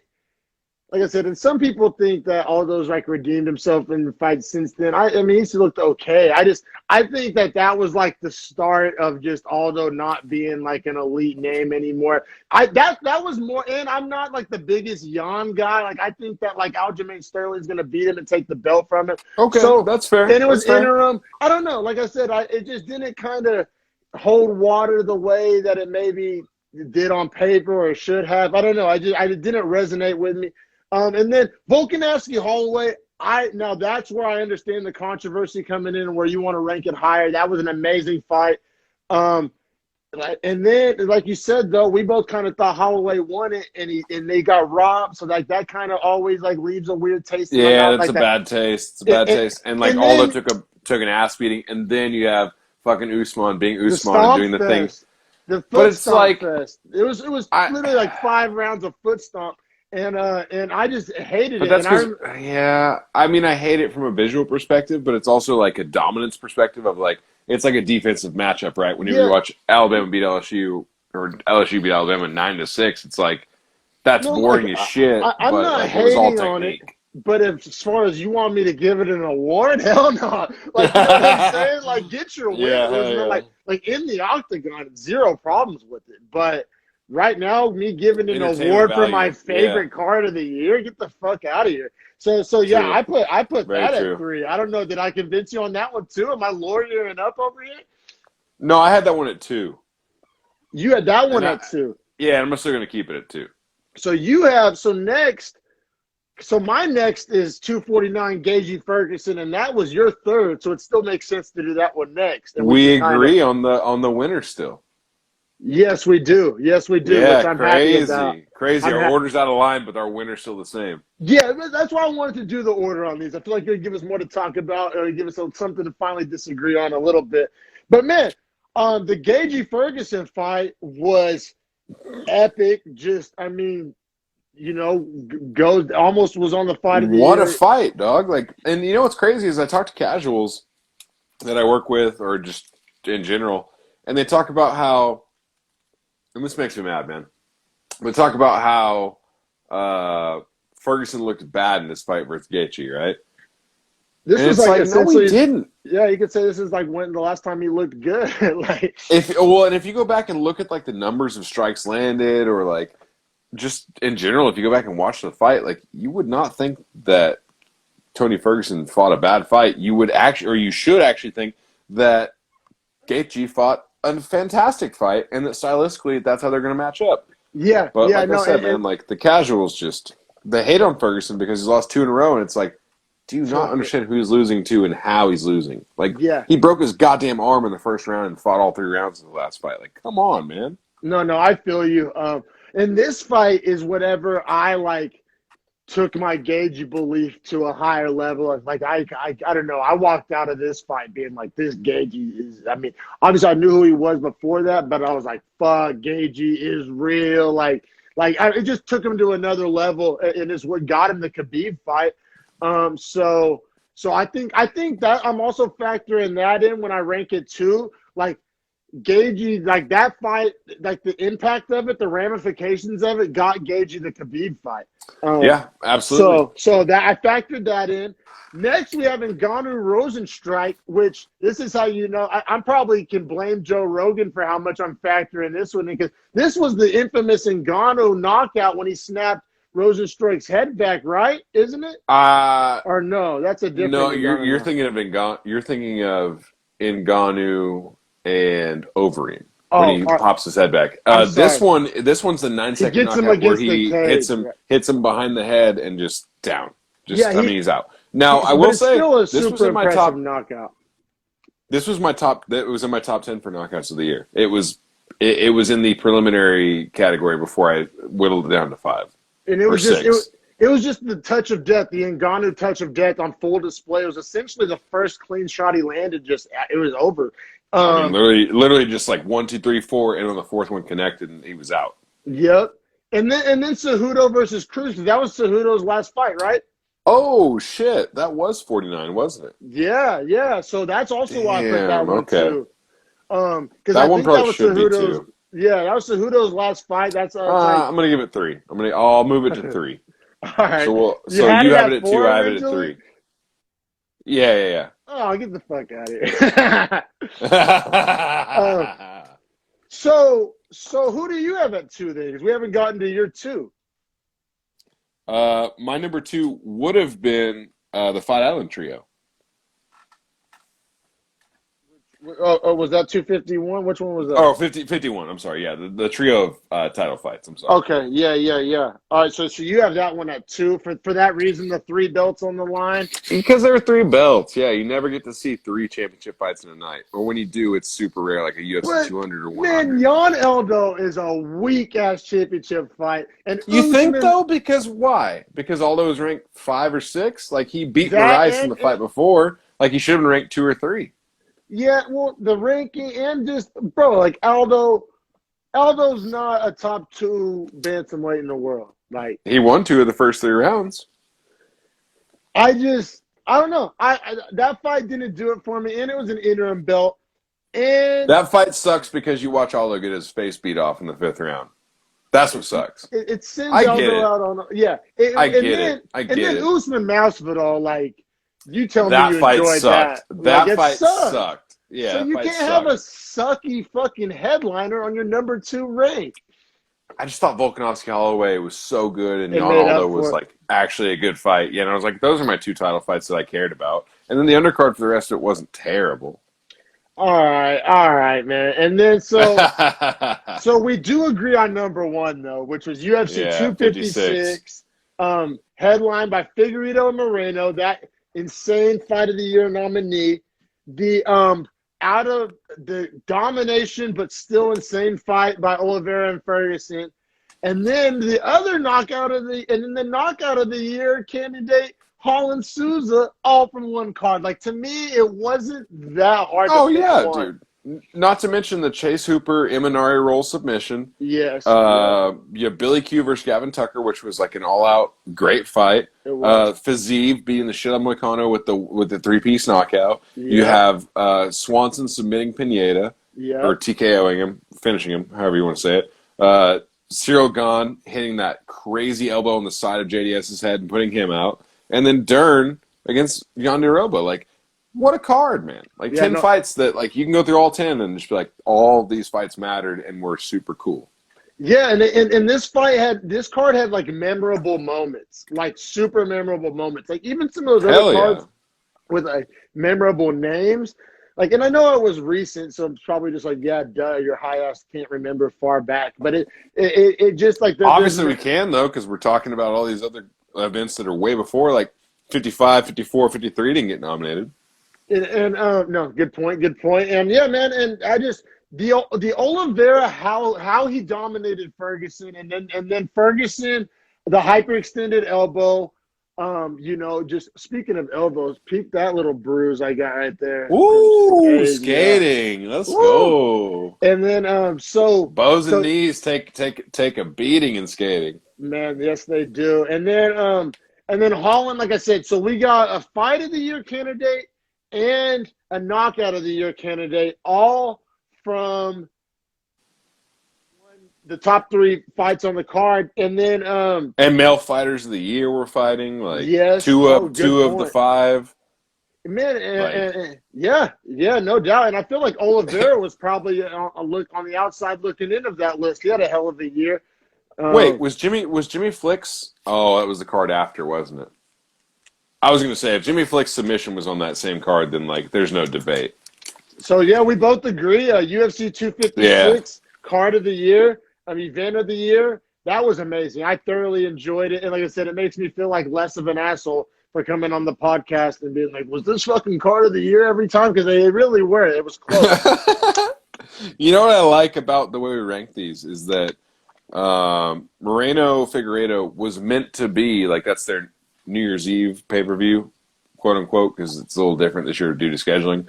But that was supposed to be their best pay-per-view of the year is the way they build it, or the International Fight Week, which is the first week of July, which would have been the Fight Island Trio this year. So those are the cards they tried to build to be the best, but they actually succeeded, man. I thought 256 was outstanding. Just an outstanding card. Like top to bottom, with the exception of Tisha Torres beating the shit out of that one girl. It was a great card. Agreed. And then next, final category, bro. Fight of the year. I'm so stoked on this. So, me and D-Mac went back and watched all these fights back. We did not watch back Volkanovsky Holloway, which I should have just included instead of Hill Watterson. I kind of fucked up. But I'll say it from the start. The other 4 are solid. The other 4 have a place on this list. But Michelle Watterson versus Angela Hill, it was more of a respect to both these girls for being active this year and having a great fight. It was a split decision. No, and I ranked these 5 through 1 as well. Okay, great. Me too. This is gonna be awesome. Yeah, for sure. I'm pretty sure we agree on 5. Hill Watterson, right? Yeah. Yeah. Would you put Volk and Holloway over it? I probably would, just for like the violence. I think I would too. I forgot it was split. I forgot it was split with Volk and Holloway. I gotta say, in the moment, the whole MMA community was saying that this was going to be a Fight of the Year nominee. Like when we were watching Watterson Hill and people were live tweeting, Bisping mentioned it on the broadcast, but Bisping's kind of like me. He kind of does that like on every all the time. He's like, "Oh, this is the best fucking fight ever." But I mean, it was an amazing fight. Like it probably should have been 6. And Volkanovsky and Holloway should have been 5. But, I mean, that's kind of splitting hairs. Fantastic fight. I thoroughly enjoyed rewatching it. I got to say, though, it was like – I want to say it's like neither fighter really had as much of like a mean streak. Like, they weren't wishing ill will on each other. Like, the rest they of were just – it was just a good technical fight. Like, all the other fights were like dudes literally trying to murder each other. Yes. That was missing. And especially – I watched this one last. So after watching all of these, like literally, like you're like these guys, just like, killers attack each other. Yeah. Yes. This one was watered down. Exactly. Lack of a better term, because Watterson watered down. But like you know what I'm saying. If I would have watched it first, maybe it would have hit me different. But like I literally watched Burgos Emmett, Zhang Jacek, Poirier Hooker. And actually, I was unable to find Figueiredo Moreno to rewatch. It's not available because the pay-per-view was so recent. Yeah, but it's cool. It's in recent memory. I mean, it's so recent. Yeah, I'm sure you can remember it. And then I watched Hill Watterson. So after watching these, it was the least scary. And I remember saying this on the podcast too. I believe I thought Hill won, and I still do. I still think Angela Hill won. Yeah, I watched it again. Agree on that. Yeah, for sure. So, and then like, it just was the friendliest vibe, the best sportsmanship. It was the least scary of the fights. You couple that all with the fact that they're strawweights. It was like I said, I mean, I'm not mad that you put it on. Probably Volk Holloway, but hey, whatever. That's 5. And then 4, Wait. Let me introduce your number 4. I'm gonna go grab my rig real fast while you do that, and then I'm gonna come back.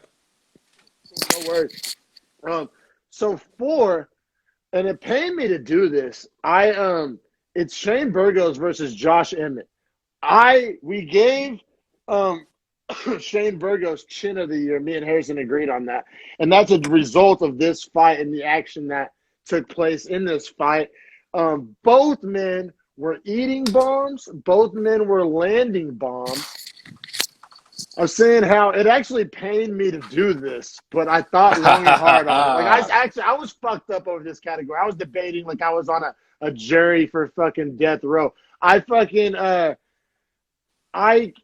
went back and forth because I didn't want to have this fight ranked this low, but I just like couldn't like find an argument for it to be higher. I have Burgos Emmett at 4. No way. Yeah, I know. I'm a piece of shit. I'm a piece of shit. I like literally don't feel good about it.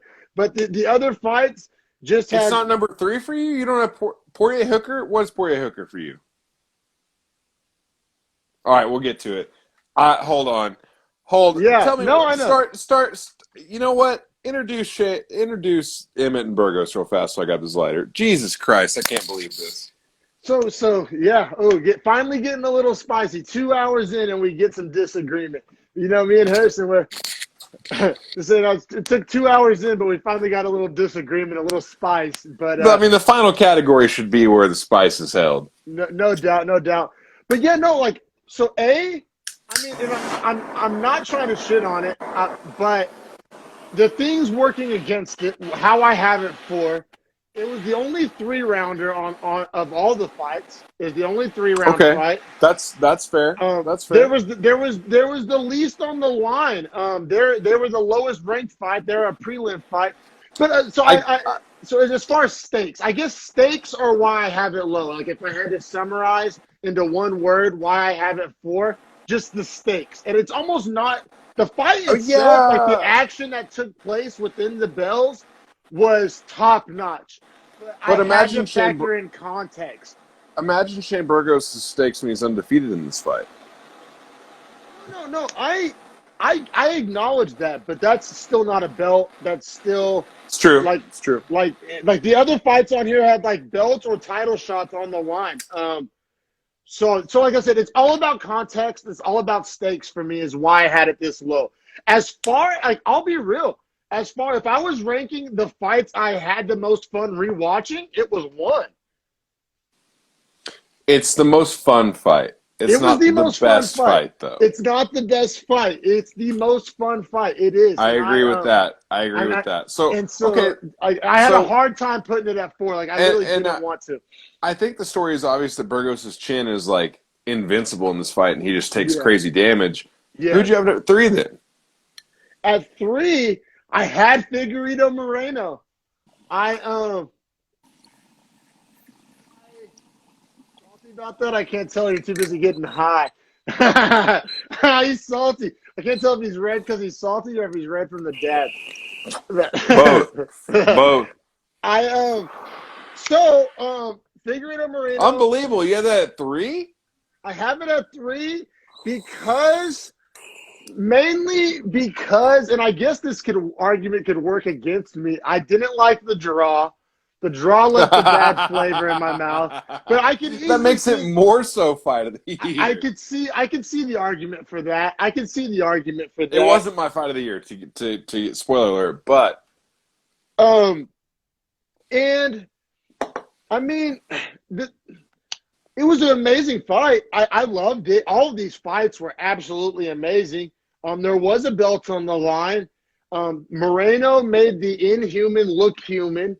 Moreno's chin debatably could have been on the chin of the year list because of this fight. Moreno honestly got his ass whooped, but like fought back at every transition, which is like the crazy part.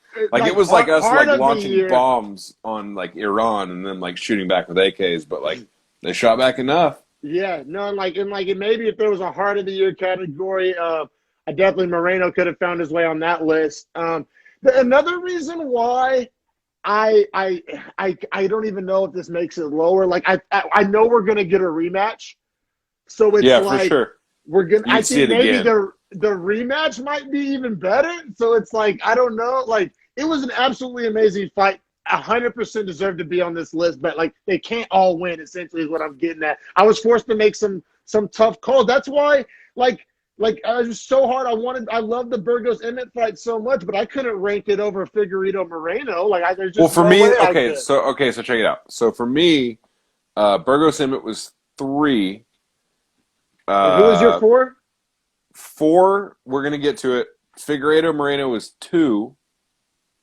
Okay, so who was your number 2? I think it's your number 4, which you should be a goddamn ashamed of yourself. Wei Li Zhang and Joanna Jędrzejczyk. No, that's not my number 4. Poirier Oh, okay. Hooker's my number 4. Oh, that's my number 1. So we have split number 1s, bro. So I have Joanna Wei Li as number 1. You I'm not have mad at that. Poirier. I have You have Poirier Poirier Hooker. Hooker as number 1. Yes. I'm not mad at that. I Yeah. thought both those fights were so great from So great. all the people involved. Like the trading of shots, the way the rounds were scored. I couldn't fucking score any of the rounds in Joanna Wei Li. I couldn't score one fucking round. Not one. I tried. But like in the Poirier Hooker fight, I also couldn't score fucking rounds. Like I tried really hard. And Yeah, man. I thought Poirier won by the end of it, but it wasn't that like far apart. No, Like, it and that was was only super because Dan close. Hooker started to get like busted up at the very last like 2.5 minutes and like show his damage. So Otherwise, I might have been going Poirier, or otherwise I might have been going Hooker. I have kind of like a cavemanish approach to how I like pick this. I thought the Poirier Hooker fight was the most dangerous fight out of all these, and I rewatched them back to back, and I was like, there was a level of danger and size and power. Not so they were the biggest men on the list, including the women.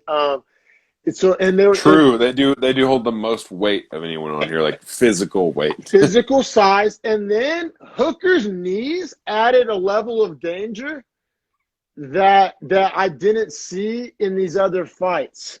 Oh man, you froze up on me. But yeah, I thought Dan Hooker's knees. Oh, there you go. I thought Dan Hooker's knees. Like if you had to single out out of all the fights in this category, the most Dude, he gets single his knees dangerous so weapon. high. He gets his The knees most so single high. dangerous weapon in all of these fighters in this category was Hooker's knees. So like, and they're the biggest guys. So the level of danger was so high in that fight. You think that's And true? then You think Emmett's right hook? Emmett's right hook was pretty goddamn dangerous, but Burgos's chin was over insane. 170 pounders knee, not a chance, bro. The knee is more dangerous. No, they're 155. Oh, you're right. You're right. And was Burgos and Emmett? They're 45ers, right? 45. They're just 10 pounds apart. No, I know, but I'll take Hooker's knee any day. I'll take Hooker's knee any Okay, day. all right, I'll give you that.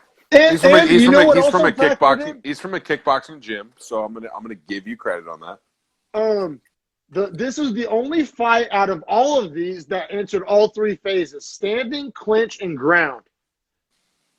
That's very true. Because Joanna Wei Li never went to the ground, and when it did, it was end of round with defended takedowns that no one ever actually had control And of. damage wasn't inflicted on the ground. And This fight was violent in the stand-up. This fight was violent in the clinch, and this fight was violent on the ground. I have it my number 1. dude, the strikes Joanna and Wei Li were trading were fucking wild. Yeah, and we're And I know you watched it yesterday because we were texting about it. Yeah, we're closer on this fight than we are. I don't know how you could have Poirier Hooker 4, but you know what? It's one of those things somebody had to be 4. I feel you. Maybe I should put it 3. I just thought Burgos and Emmett were throwing harder strikes, like, and maybe I'm wrong, but I thought Burgos and Emmett were like actually throwing like literal haymakers every time, whereas like Poirier and Hooker just throw amazing power because they're good fighters. Both. So maybe I should. Fair statement. Maybe I should respect the fact that Poirier and Hooker can eat those shots from someone that can throw hard every time.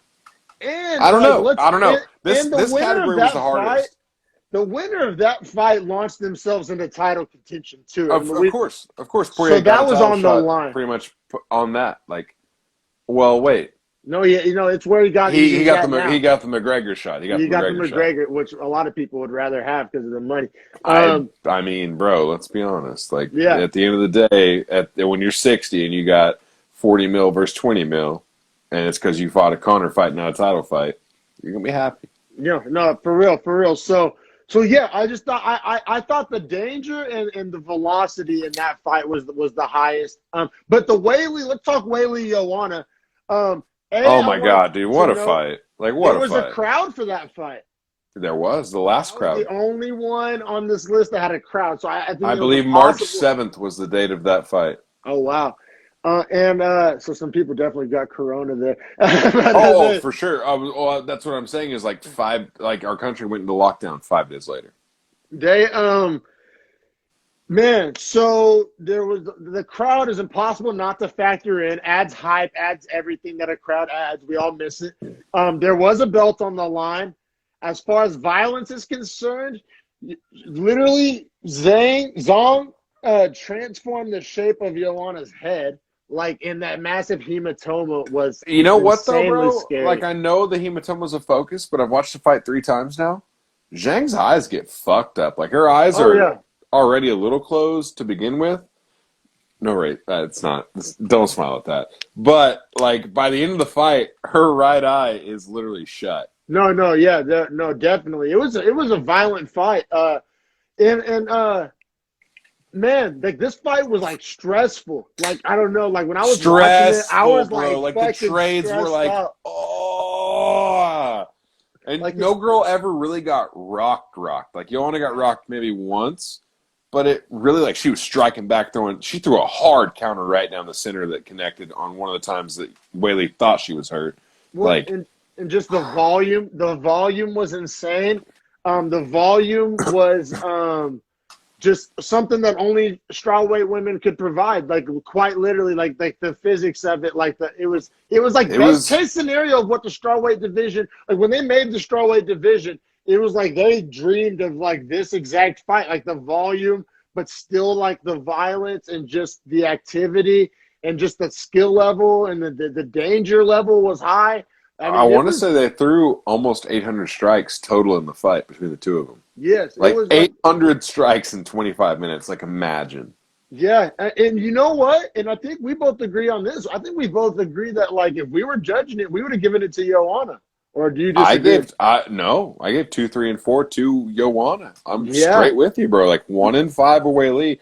Now 3 is a total toss up for me, and I consider you give 3 to Zhang because like that's when you start seeing that forehead damage appear, and like it's a really like visually differing round. But dude, Joanna's got that heat still. Like I'm not trying to fight her even ranked at 5 or 4 wherever she's at. Like. No, but you know, like man, I swear, like watching round 1, you were like, "Damn, like is Whaley gonna finish? Like knock out Joanna?" But she weathered the storm. Like, dude, and then Joanna started landing that head kick she hit on the chin at the end of it was either 3 or 4 when she lands that head kick. She had Whaley fucked up a couple times. Whaley is like, she's very robotic, bro. Like she doesn't show getting hurt at all.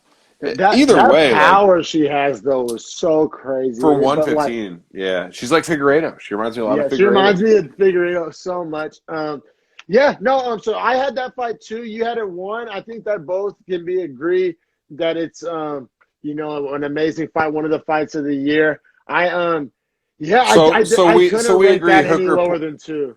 So Hooker Poirier and Joanna Whaley are pretty much the fights to watch. Which I'll except agree. For you have it at 4. Like, listen.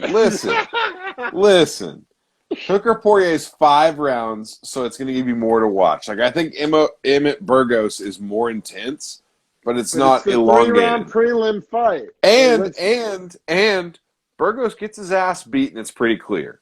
Yeah, and I'm so glad we gave Burgos Chin of the Year because that fight deserved acknowledgement, but not over Poirier. Hooker. The fuck out of here. Yeah. All right. Well, I agree. I agree. And then who was your 2 again? Who was your 2? Figueiredo Moreno. Yeah, I mean that's probably my biggest travesty. If having Poirier Hooker at 4 was your fuck up, my fuck up's probably having Figueiredo Moreno at 3. But like I said, I wasn't about to rank that over Zong and your J-Check. I had to rank your J-Check too. How tough is this category? How tough is this category? Definitely. It was amazing. But so we finally disagree on the main one. That's fun, man. That and Coach of the Year. Those are the only two we were apart on. Oh, that's right. That's right. Yeah, and I'll I'm not going to die on any Coach of the Hill. Yeah. I said Coach of the Hill, Coach of the Year hill. I'm not going to die on that hill. But man, this episode was a lot of fun. This year was a lot of fun, brother. Man, we did. Yeah. This is our 30th episode. We did. 30 I know it's great that it worked out. Yeah, it's great that it worked out. 30 episodes in 7 months because essentially we started when Kevin Holland started, like May. Right. We're the Kevin Holland of UFC podcasters, guys. Exactly. We're trailblazing. We're trailblazing. Yeah, man, this has been such Kevin a Holland, fun if you journey. ever want to come on, let shout out. Like, let us know. That would be amazing. That would be, it'd be rock hard. It'd be amazing. It'd be amazing, man. But yeah, man, thanks to everybody that's been a part of this journey. Thanks to everybody that's liked and subscribed on YouTube. If you haven't, please, it's just Beefy Boys Breakdown on YouTube. Let's end 2020 with a bunch of new subscribers. Please subscribe. Also, you can find us on audio platforms as well. Pretty much anywhere you'd find an audio podcast, Apple Podcast, Spotify, that type of thing. Just subscribe, support, share our videos. That's the biggest way you can help, even more than money. You believe it or not, is to share our videos and subscribing. So, yeah, let's end 2020 with a bang. Me and Harrison still have select sizes of Beefy Boys Breakdown shirts available. I think I have, like, some smalls and some double X's. And I think you have some smalls. And when we get – I have some smalls. One medium, I think. Or it's 2 smalls and a medium that I have left. But also we might be getting some long sleeves in the works soon. Yeah, definitely. So just thanks to everybody that's been a part of our 2020 journey. 2021, we're just going to strive to keep growing and improving. And we're going to still be there each and every fight, the day after. And we're going to kick 2021 off with a bang with like 3 episodes in a week. I don't know what to figure out the timing and work schedules and all that, bro, but we got to make it happen. And yes, sir. Shout out to you for being the best goddamn podcast partner in the fucking business. Guy hasn't missed an episode. That's back at you. Man, this guy hasn't missed an episode, made a single excuse. He adds so much to the podcast with his knowledge, and just thank you so much, bro. I wouldn't want to do this with anybody else. And that's all exactly I feel the exact same. Like, there's nobody else I'd rather be doing this than you right now. Man, you're the man. Let's take a final dab of 2020 on camera. You yes, down? Sir. Yeah, I got it right here. You know what I'm saying? And then we'll send this mother out the right way that we like to send it out. So I got that ghetto torch that'll start by itself. You know what I'm saying? I get the lighter on it. Also got a pink rig.